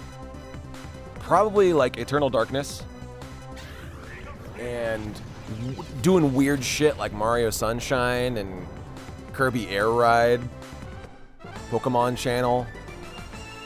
Just weird shit. Doing weird shit with their franchises, their established franchises.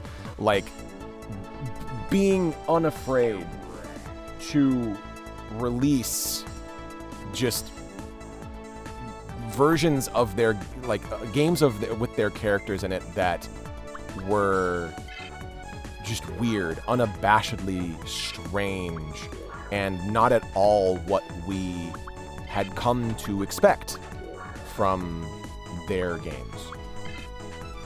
And I was the GameCube era. So, I don't know. Hard to say. But I hope that someday maybe Nintendo will do weird shit again. Fucking hell, Pikmin. Just Pikmin as just a game was a big fucking risk for them. Because I don't think of Splatoon as much of a risk, because that game was just... It's a shooter. Just like Splatoon, I don't feel like at all comes across as like a risk of a game. Like, it's just a... that just seemed like a no-brainer, like, oh, it's going to be a fun game to play with families. Of course Nintendo's going to be all over that. I think the original Pikmin was like a huge fucking risk for them. Because they had no idea that people were going to be into that sort of thing. But Shigeru Miyamoto, you know, he's not all... Like, he's... I don't always agree with all of his ideas. But when he's got a damn good idea, he's got a damn good idea. And Pikmin is a damn good concept for a game. That's a damn good idea. Not all those risks paid off. A lot of people don't like Star Fox Adventures. I would like to play that game again and form my own opinion. Because I remember adoring Star Fox Adventures. Bye, sweetheart. Pikmin's great. It was still just a big risk, I think, for Nintendo to make that game. Because it was not a guaranteed cash cow. It turned into one eventually, but it was not a game I feel that like Nintendo just kind of, you know, just put their chips in on it and we're just like, hey, is this anything? And the world was like, yes, yes it is. The story stuff in Splatoon is weird. Gameplay is pretty straightforward shooter with a Mario Party-esque mechanic to it, but yeah, probably not a large risk. Not really, no. I don't really think so. Like, the story stuff that they do in Splatoon is fucking weird as shit in a good way. But, like, I think a lot of the stuff in Splatoon is, like, when they explained what it was, we're just like, okay, yeah, no, this is pretty expected from a weird Nintendo post-apocalyptic thing. Like, it feels very Nintendo. It doesn't feel like, oh, wow, this was a weird risk for Nintendo. Like, it just, as a Nintendo game, as something that, like, oh, yeah, no, Nintendo would think, like, oh, we put these squids together and they spray ink everywhere, and, like, that's a very, like, Nintendo-y idea. That said, I love Splatoon. Don't get what I'm saying wrong. Splatoon is great. I just don't think it was a risk for Nintendo, anyway. And actually, who knows? Maybe it was. It's easy to look back on it and see it as the freaking, like, cash cow that it is, that everybody fucking loves. It's easy to look at that now. But it's also, like, it very well could have been a risk. Because... And honestly, no, it's hard to call it a risk because it was released on a console that was already, like, dead on arrival. Absolutely just dead on arrival. It was released on the Wii U, which that console was not a risk. Like, that just felt like a natural evolution of the Wii.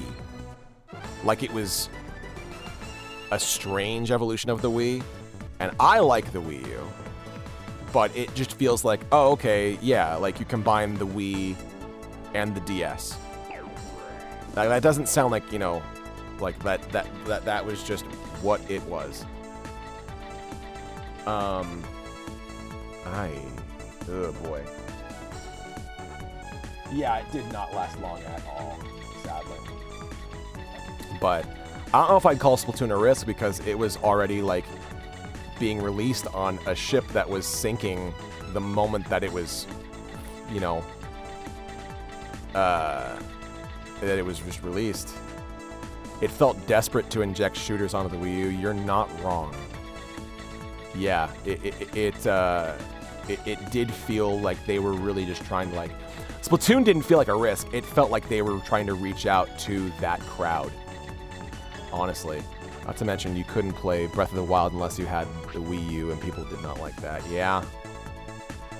You have some nerve coming to Modem Domain all alone. I'm Greymon, the King Digimon of Modem Domain. Get on your knees and say, please. What the fuck?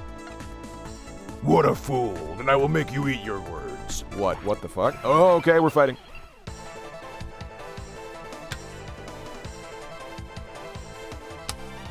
Maybe I should have said, Get on your knees and say, please. but I mean, who would do that? Alright, let's do this shit.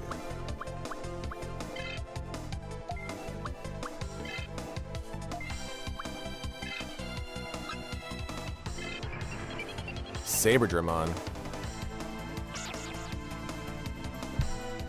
No, I don't want to interrupt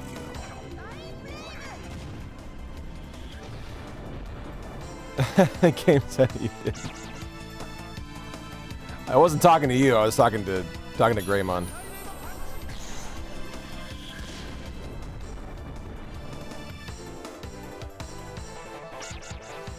Oh, my neck. Hello.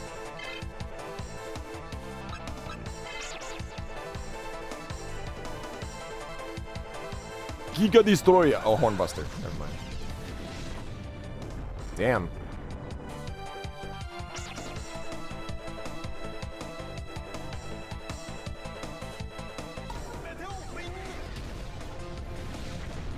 I love that it's just a black Birdramon.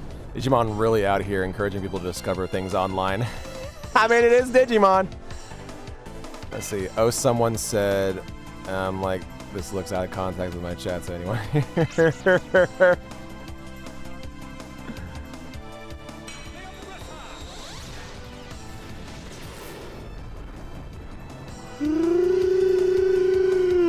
That was a yawn. I am Yanni, the Yanitor. Wow, even with the tech power lowered, that was a chunky hit. That was beefy. Electroshock, Sub-Zero Punch. You die. Yes. Let's have you interrupt.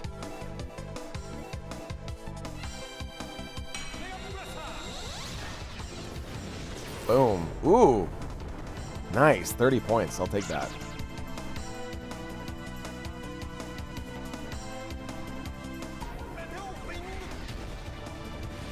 Ooh. Excuse me.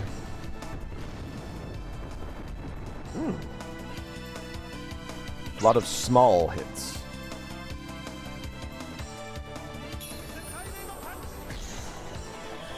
Boom. Ooh, nice. No, I don't want to interrupt you. I want to interrupt Greymon. Yeah, you're doing fucking nothing to me, dude. Not with that. You're goddamn right I want to interrupt. Hornbuster.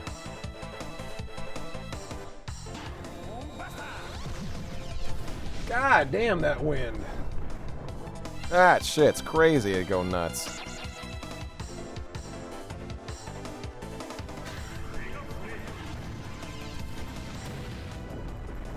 that Giga Flame is what he said in Japanese?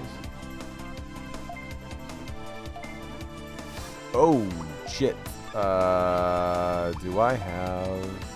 I do! I do have an MP driver. I need to guard anyway, though. Blast, Greymon, Sub-Zero Punch.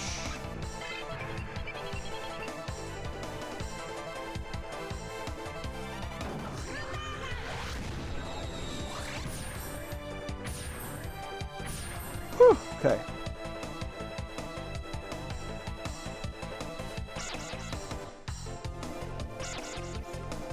Oh shit. I should have interrupted. Ooh!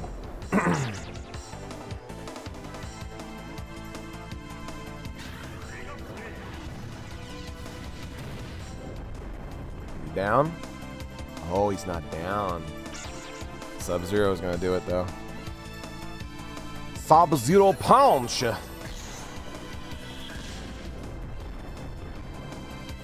There we go. Saberdramon looks really cool. I think that actually looks cooler than Birdramon.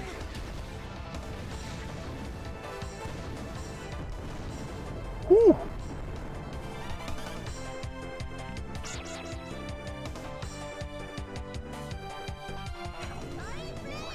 Get him. Alright, cannon. Back HP ROM on Mental Greymon. Let's Giga Flame you, and Nova Blast you, and Sub-Zero Punch you. Ugh. I saw your status. Are you planning on Katamari in the future? Oh, I already streamed it. I streamed it earlier today.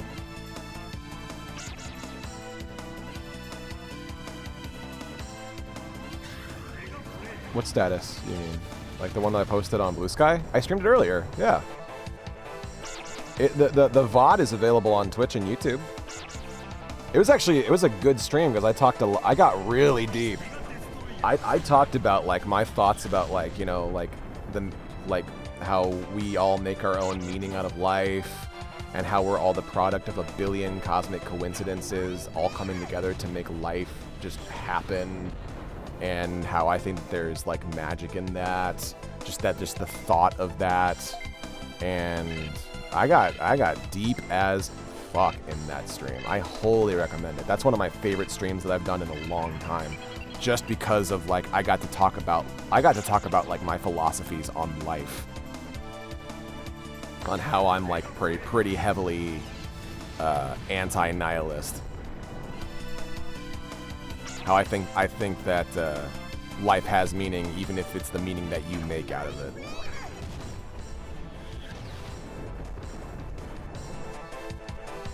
And there's even like, you know, like the idea of like the positive nihilism, where like even if life doesn't have a meaning, then you make life have meaning by your actions. So it's kind of two sides of the same coin there.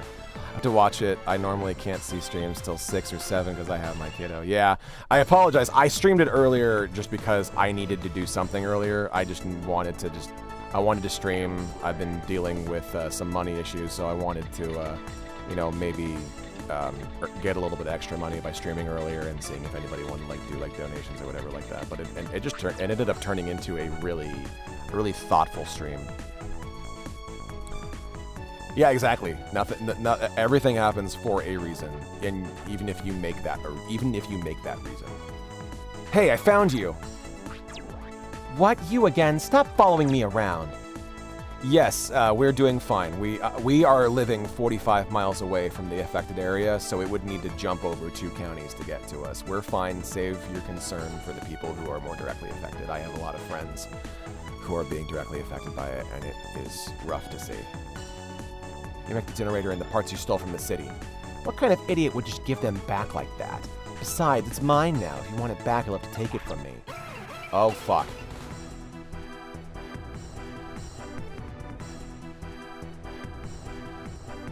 I wasn't expecting this.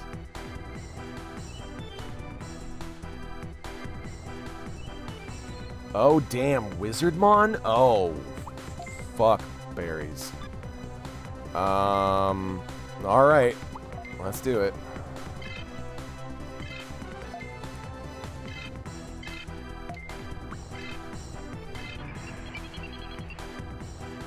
Oh boy. Here we go. I wasn't expecting 2 big fights in a row. Damn. Oh, thank you so much to whoever just donated $20. Thank you so much.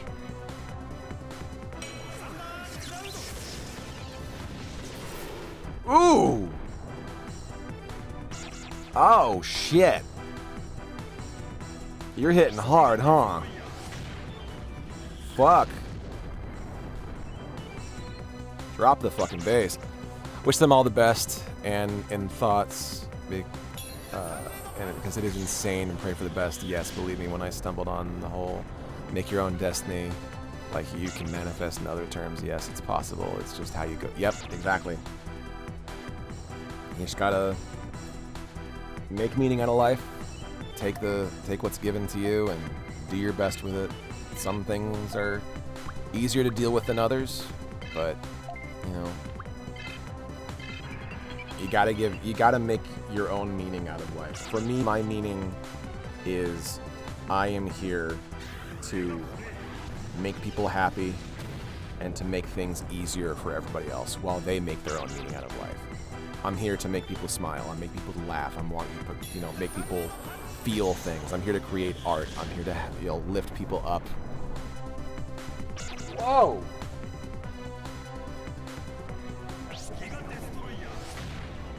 Holy crap. Wow. Holy shit, that wind is shaking the whole goddamn apartment. What the fuck? 22 miles an hour winds? Are you fucking with me right now?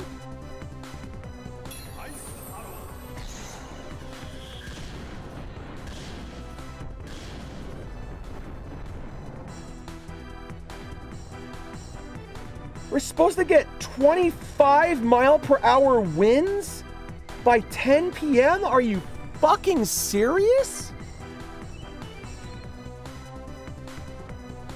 Jesus!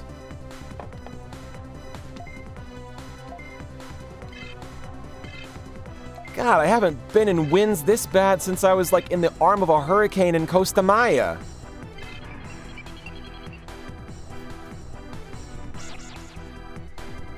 Did Sonic use Chaos Control? Yeah,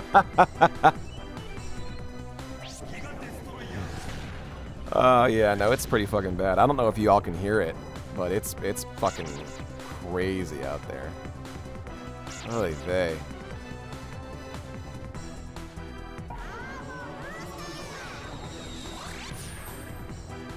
Quickness is up. Oh boy. That ain't good. Alright, give orders. Battle. This battle is not going nearly as bad as I thought it was going to. Let's subset a punch.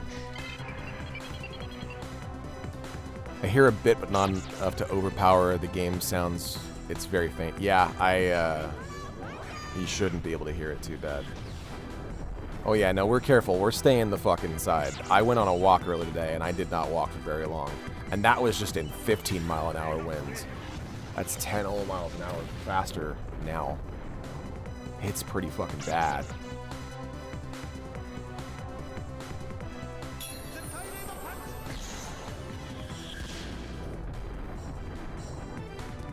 You had snow today? Oh, awesome. I think that's a positive thing, right? I hope that's a positive. Was I right to assume that? I apologize if it's not. I love the snow. I apologize for assuming.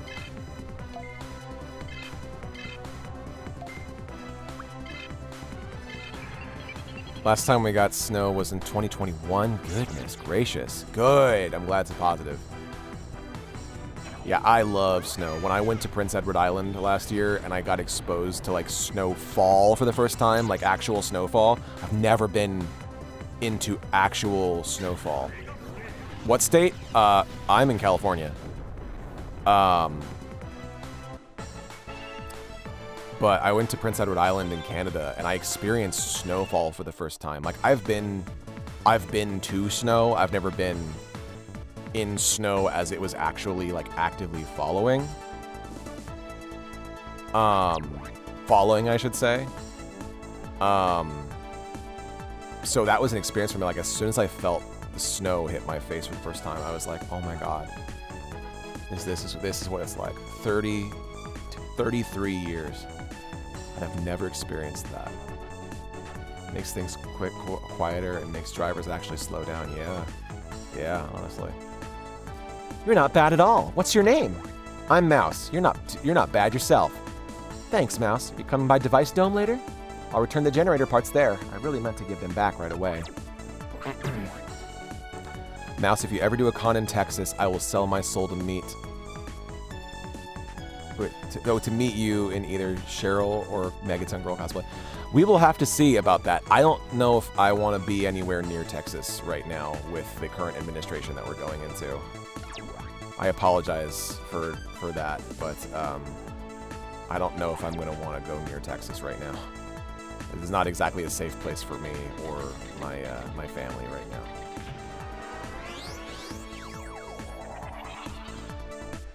Oh, shit. Okay, hold up. I just got an email from Edison. Thank you. I thank you for understanding. We understand the ongoing severe weather, wildfires, and power outages continue to cause significant challenges. While it is promising to see the progress made on the major fires, it is heartbreaking to see devastation. Immensely grateful. Okay, it's just an update.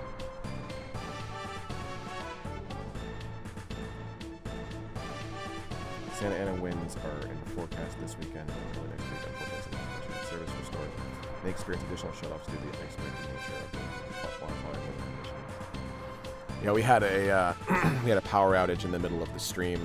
I believe not last night, but the night before, and it ended up having to like split it split the recording into two. It was crazy.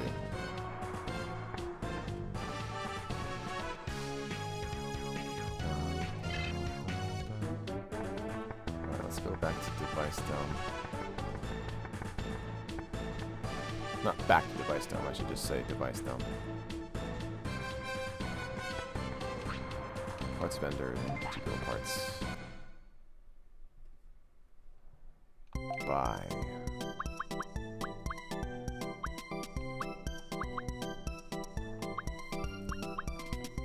RC cannon shovel arm. There we go. That's what I fucking need. I'd sell my soul for a plane ticket. Yeah, I feel it. Ooh. Oh, that actually might be good to get. Ring tires, yeah. Ring tires.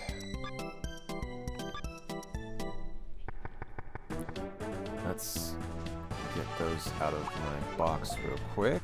Items, server. Jesus Christ, that fucking wind is fucking berserk outside right now. I cannot believe that. I have not experienced that here ever. Jesus. Alright, assemble. Alright, let's do that. Wolf EG, turtle battery, ant ram, crow box, ring tires, shovel arm, magnet hand, mine sweep, missile gun, shooter gun. There we go. Upgrade.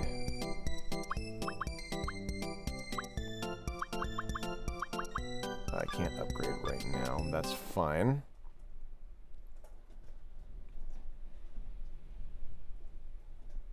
Hold up. Hear that? Listen to that outside.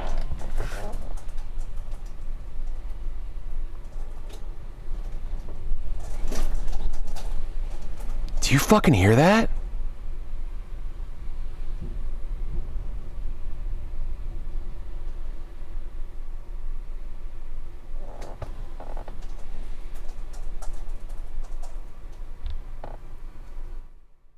No, so my bedroom window doesn't have a perfect seal on it. So what you're hearing is the wind blowing my blinds. That's wild.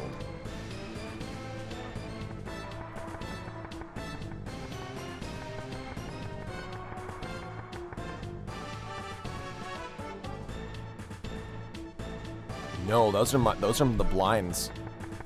That's because my window doesn't have a perfect seal. There's like a little spot where it is just like away from the other, like the window behind it, so it creates an imperfect seal, and it just causes it to like be really fucking windy in here. You fucking believe that shit? Jesus. Whew. Dig on that. Put my phone down back on the charger now. Let's get those magic missiles out of there.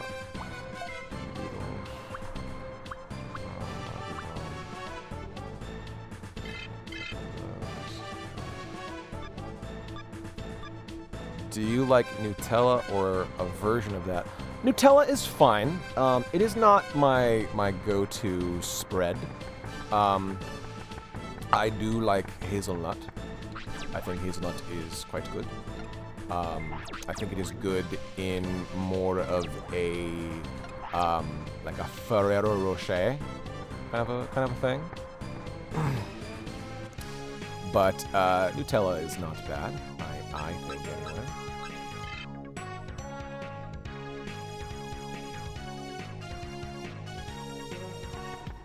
I'm gonna put on my headphones because this is gonna be new music probably. Ooh. Hey, Mouse, how'd you found this place? A girl named Kim told me where to find it. Really? Kim told you? That's interesting. This fort was built by those who escaped the Blood Knights during the Crimson Uprising. After that, many of them decided to stay here rather than go back to the city. Kim's engineer group is real good. They always come up with new types of items. Wow, this is Device Dome I've been hearing about. I heard you can buy all sorts of items here that you can't get in the city.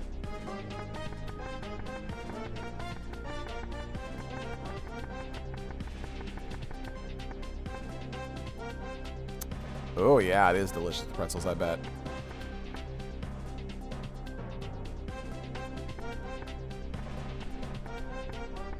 There you are. Hey, Mouse, you came, just like you promised. Yeah, everybody is waiting for the generator parts. I see, but that's all settled now. I already told my sis to send an engineer to the city with the parts. By now, the power generator should be all fixed. Things should be back to normal now. Really, Kim? That's great, thanks. It's nothing, really. I'm glad you're happy. Oh yeah, my sis says she wants to meet you. Mouse, will you go and meet her? I'll introduce you.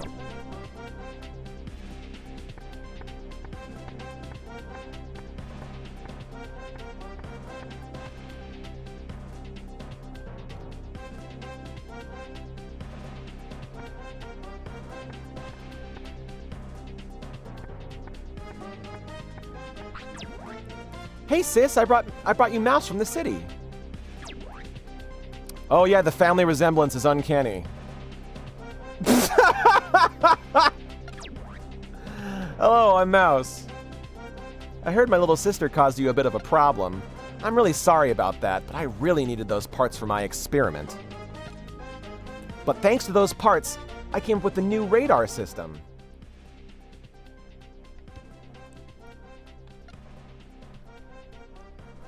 The rare occasions I make crepes, I'm gladly reaching for a hazelnut spread. Ooh. For all those problems we caused, I'll give you this. It's a titanium core. When I need something again, please let me borrow them for a while, okay? Sure, thank you. Mouse got a titanium core. Mouse, that's great! With that, you can upgrade your Digibeetle from its steel body to a titanium body. Stop by the Device Dome whenever you have time. I'll be waiting, okay?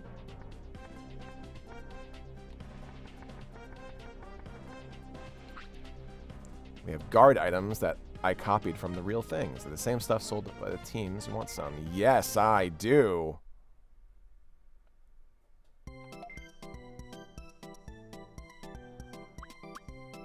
Ooh.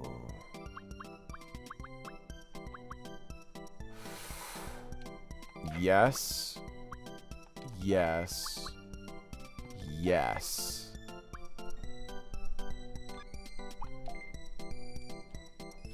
I have a jar of hazelnut spread in my room that I just eat every once in a while. Not 1 a.m. Wellington, but still good. Your 1 a.m. Wellington still fucking cracks me the fuck up.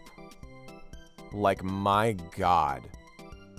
That was one of the funniest things I've ever experienced, was the 1 a.m. beef Wellington. I was just like, oh my God, you're making a beef Wellington at 1 in the morning. Cherry, what are you doing? Looking for items? This is the place. Check it out. Everything's one of a kind. The best there is. You want something? Alright, let's see here.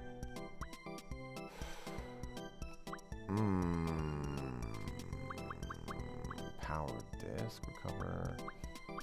None of this seems to be one of a kind.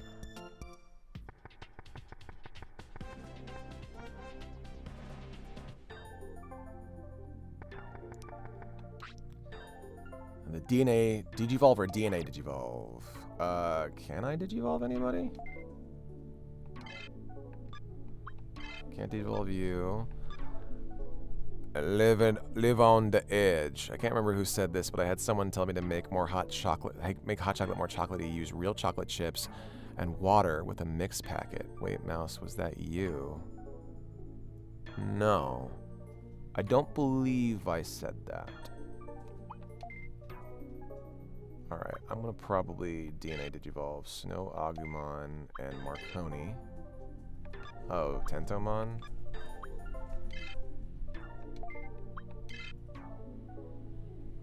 I don't want to Digivolve, DNA Digivolve to Tentomon, though.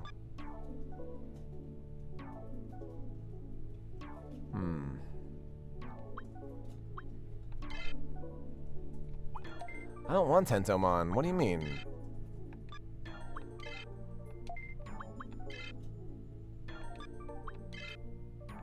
Really? Ay, ay, ay. I did that with some dark chocolate that I had that I forgot about. Can confirm mates for good hot cocoa. Fuck yeah. That's awesome.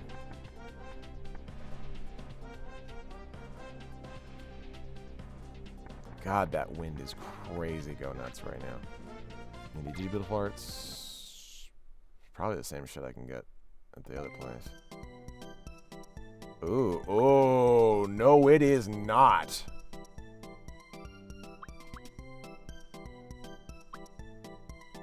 Oh my word. Oh, this shit's better. Almost save up for that shit. No. Who are you? Let's work on your Digibeetle.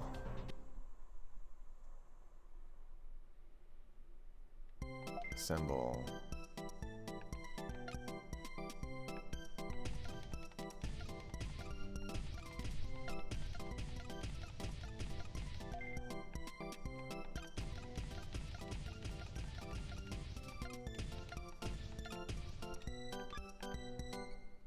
Alright, I need to... let's go ahead and transfer items, server. Digibeetle, maybe? Oh.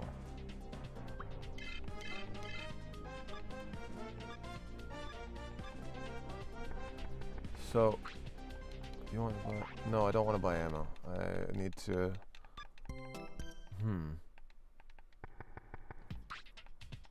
Beautiful parts, yes. Wait, no, I need to talk to yeah, I need to talk to you. Yes, let's work on your Digibeetle. Okay.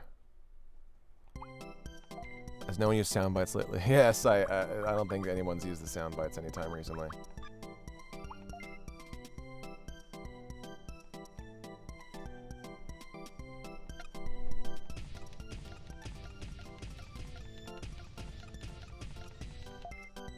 Shit.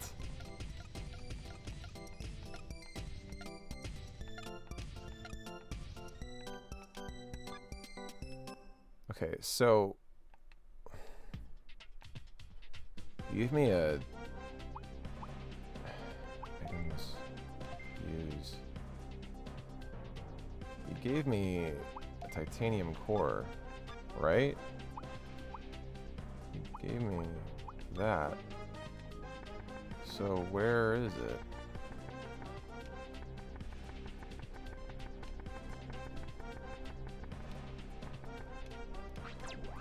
No, welcome. Next time you come here, bring me something really cool, like an engine with a super output or something. I'll be waiting. So then, where's the titanium core? You can for the sound bites. You can use like your you can use bits or you can use your channel points to like play like sound bites or whatever.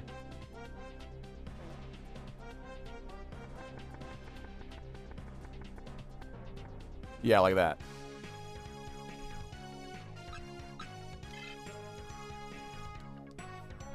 Oh. Oh.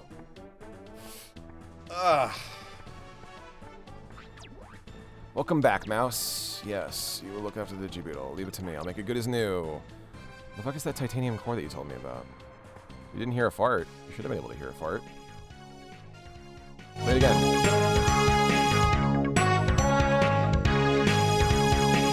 I've been hearing the sounds.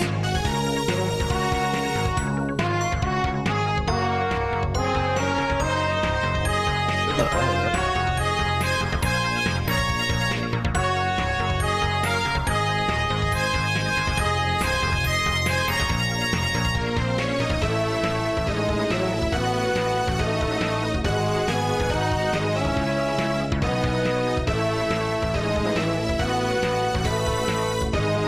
Oh, it's because the game is so loud.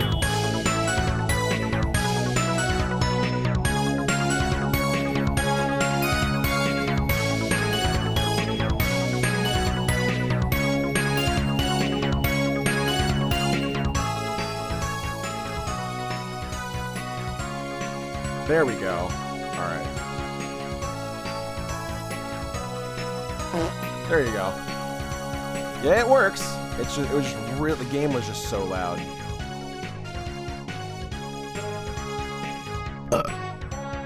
Yeah, no, they all work. Damn! Yeah, they work.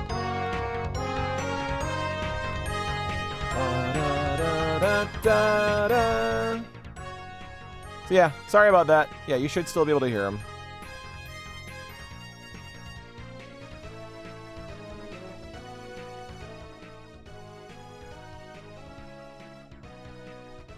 All right. Can you still hear the game audio, by the way?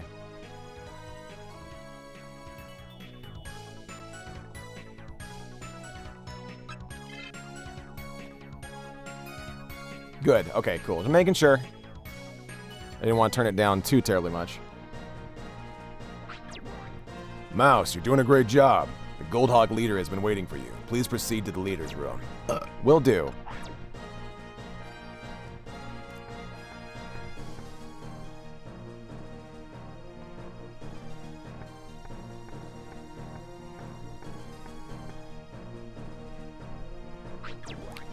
Mouse, your great work brought the city back to normal. The city's power generator has been restored by the engineers from the Vice Dome. So Kim and Technodonna kept their promises? That's right. Now we can breathe easier. Mouse, you solved the city's crisis along with your mission to destroy the boss Digimon. We would like to reward you for all your great work. 2,000 bits! Thank you, sir. By the way, have you been working on your tamer ranking? A tamer's rank shows one's level of strength. It is very important. You can improve your rank by winning in tournaments at the Coliseum. I'm looking forward to seeing more of your great work. Keep it up.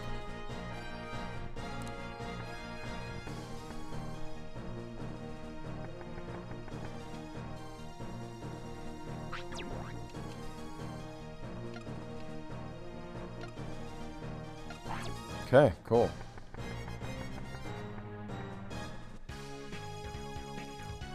All right, let's see what's going on over here.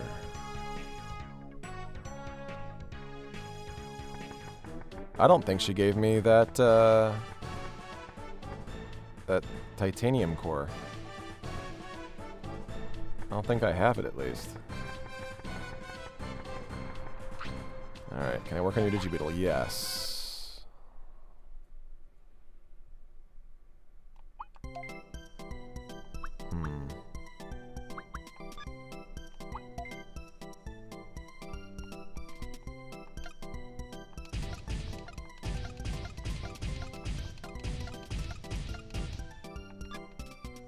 So we got the titanium core. It'll upgrade your Digibeetle from the steel to titanium type body. Wait up, your engine on Digibeetle can only work on a steel body. To upgrade to a Pegasus engine before you can upgrade to a titanium body. Come back here after you get... Oh. Okay. Digibeetle parts. You get a Pegasus engine then. I can't get it here. But I can do this, this. Alright, let's go back to Device Dome and get a Pegasus engine.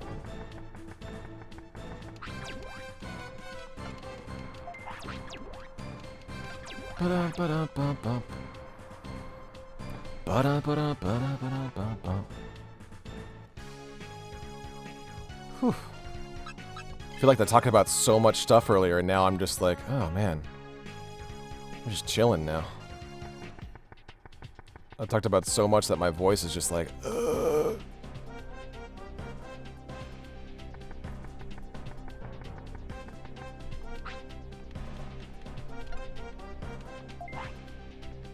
Wrong button. I meant to hit now. No, thank you. I'm gonna leave now. Thank you. Bye.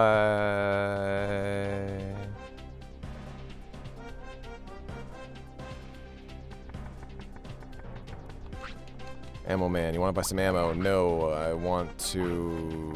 this. Parts vendor. Yes, I need Digibeetle parts. I need... Pegasus engine.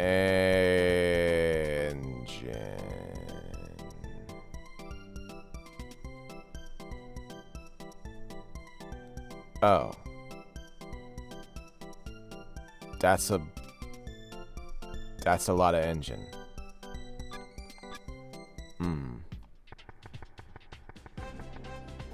That's a lot of money. I cannot afford that money.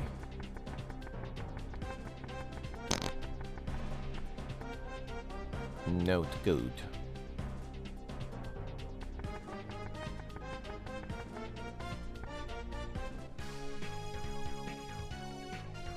Alright, let's go back to Digital City. Goodness, I've already been going for almost 3 hours. I've almost streamed for like 6 total hours today. Holy shit.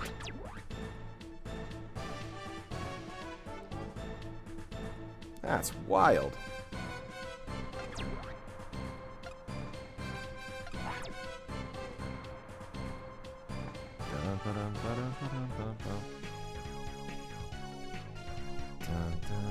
Alright, let's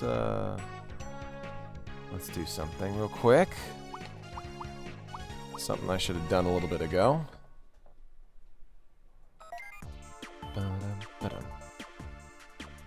Saving file. Choose X button. Yes, all data will be deleted. Saving game. Do not unplug memory card. It's been saved.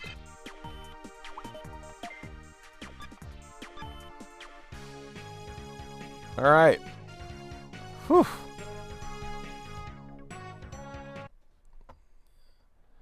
Huh. What a pair of streams today. Talked a whole lot. Talked about school, talked about life. Been pretty fucking crazy. And the wind is fucking crazy right now. Oh my goodness. Alright, let us go ahead and find somebody to raid right quick because there's no auto host anymore, unfortunately. See here, who's on right now? Vinny's on, Bosco's on, Spooky's on. Game's Done Quick is going. Let's throw y'all over to Vinny.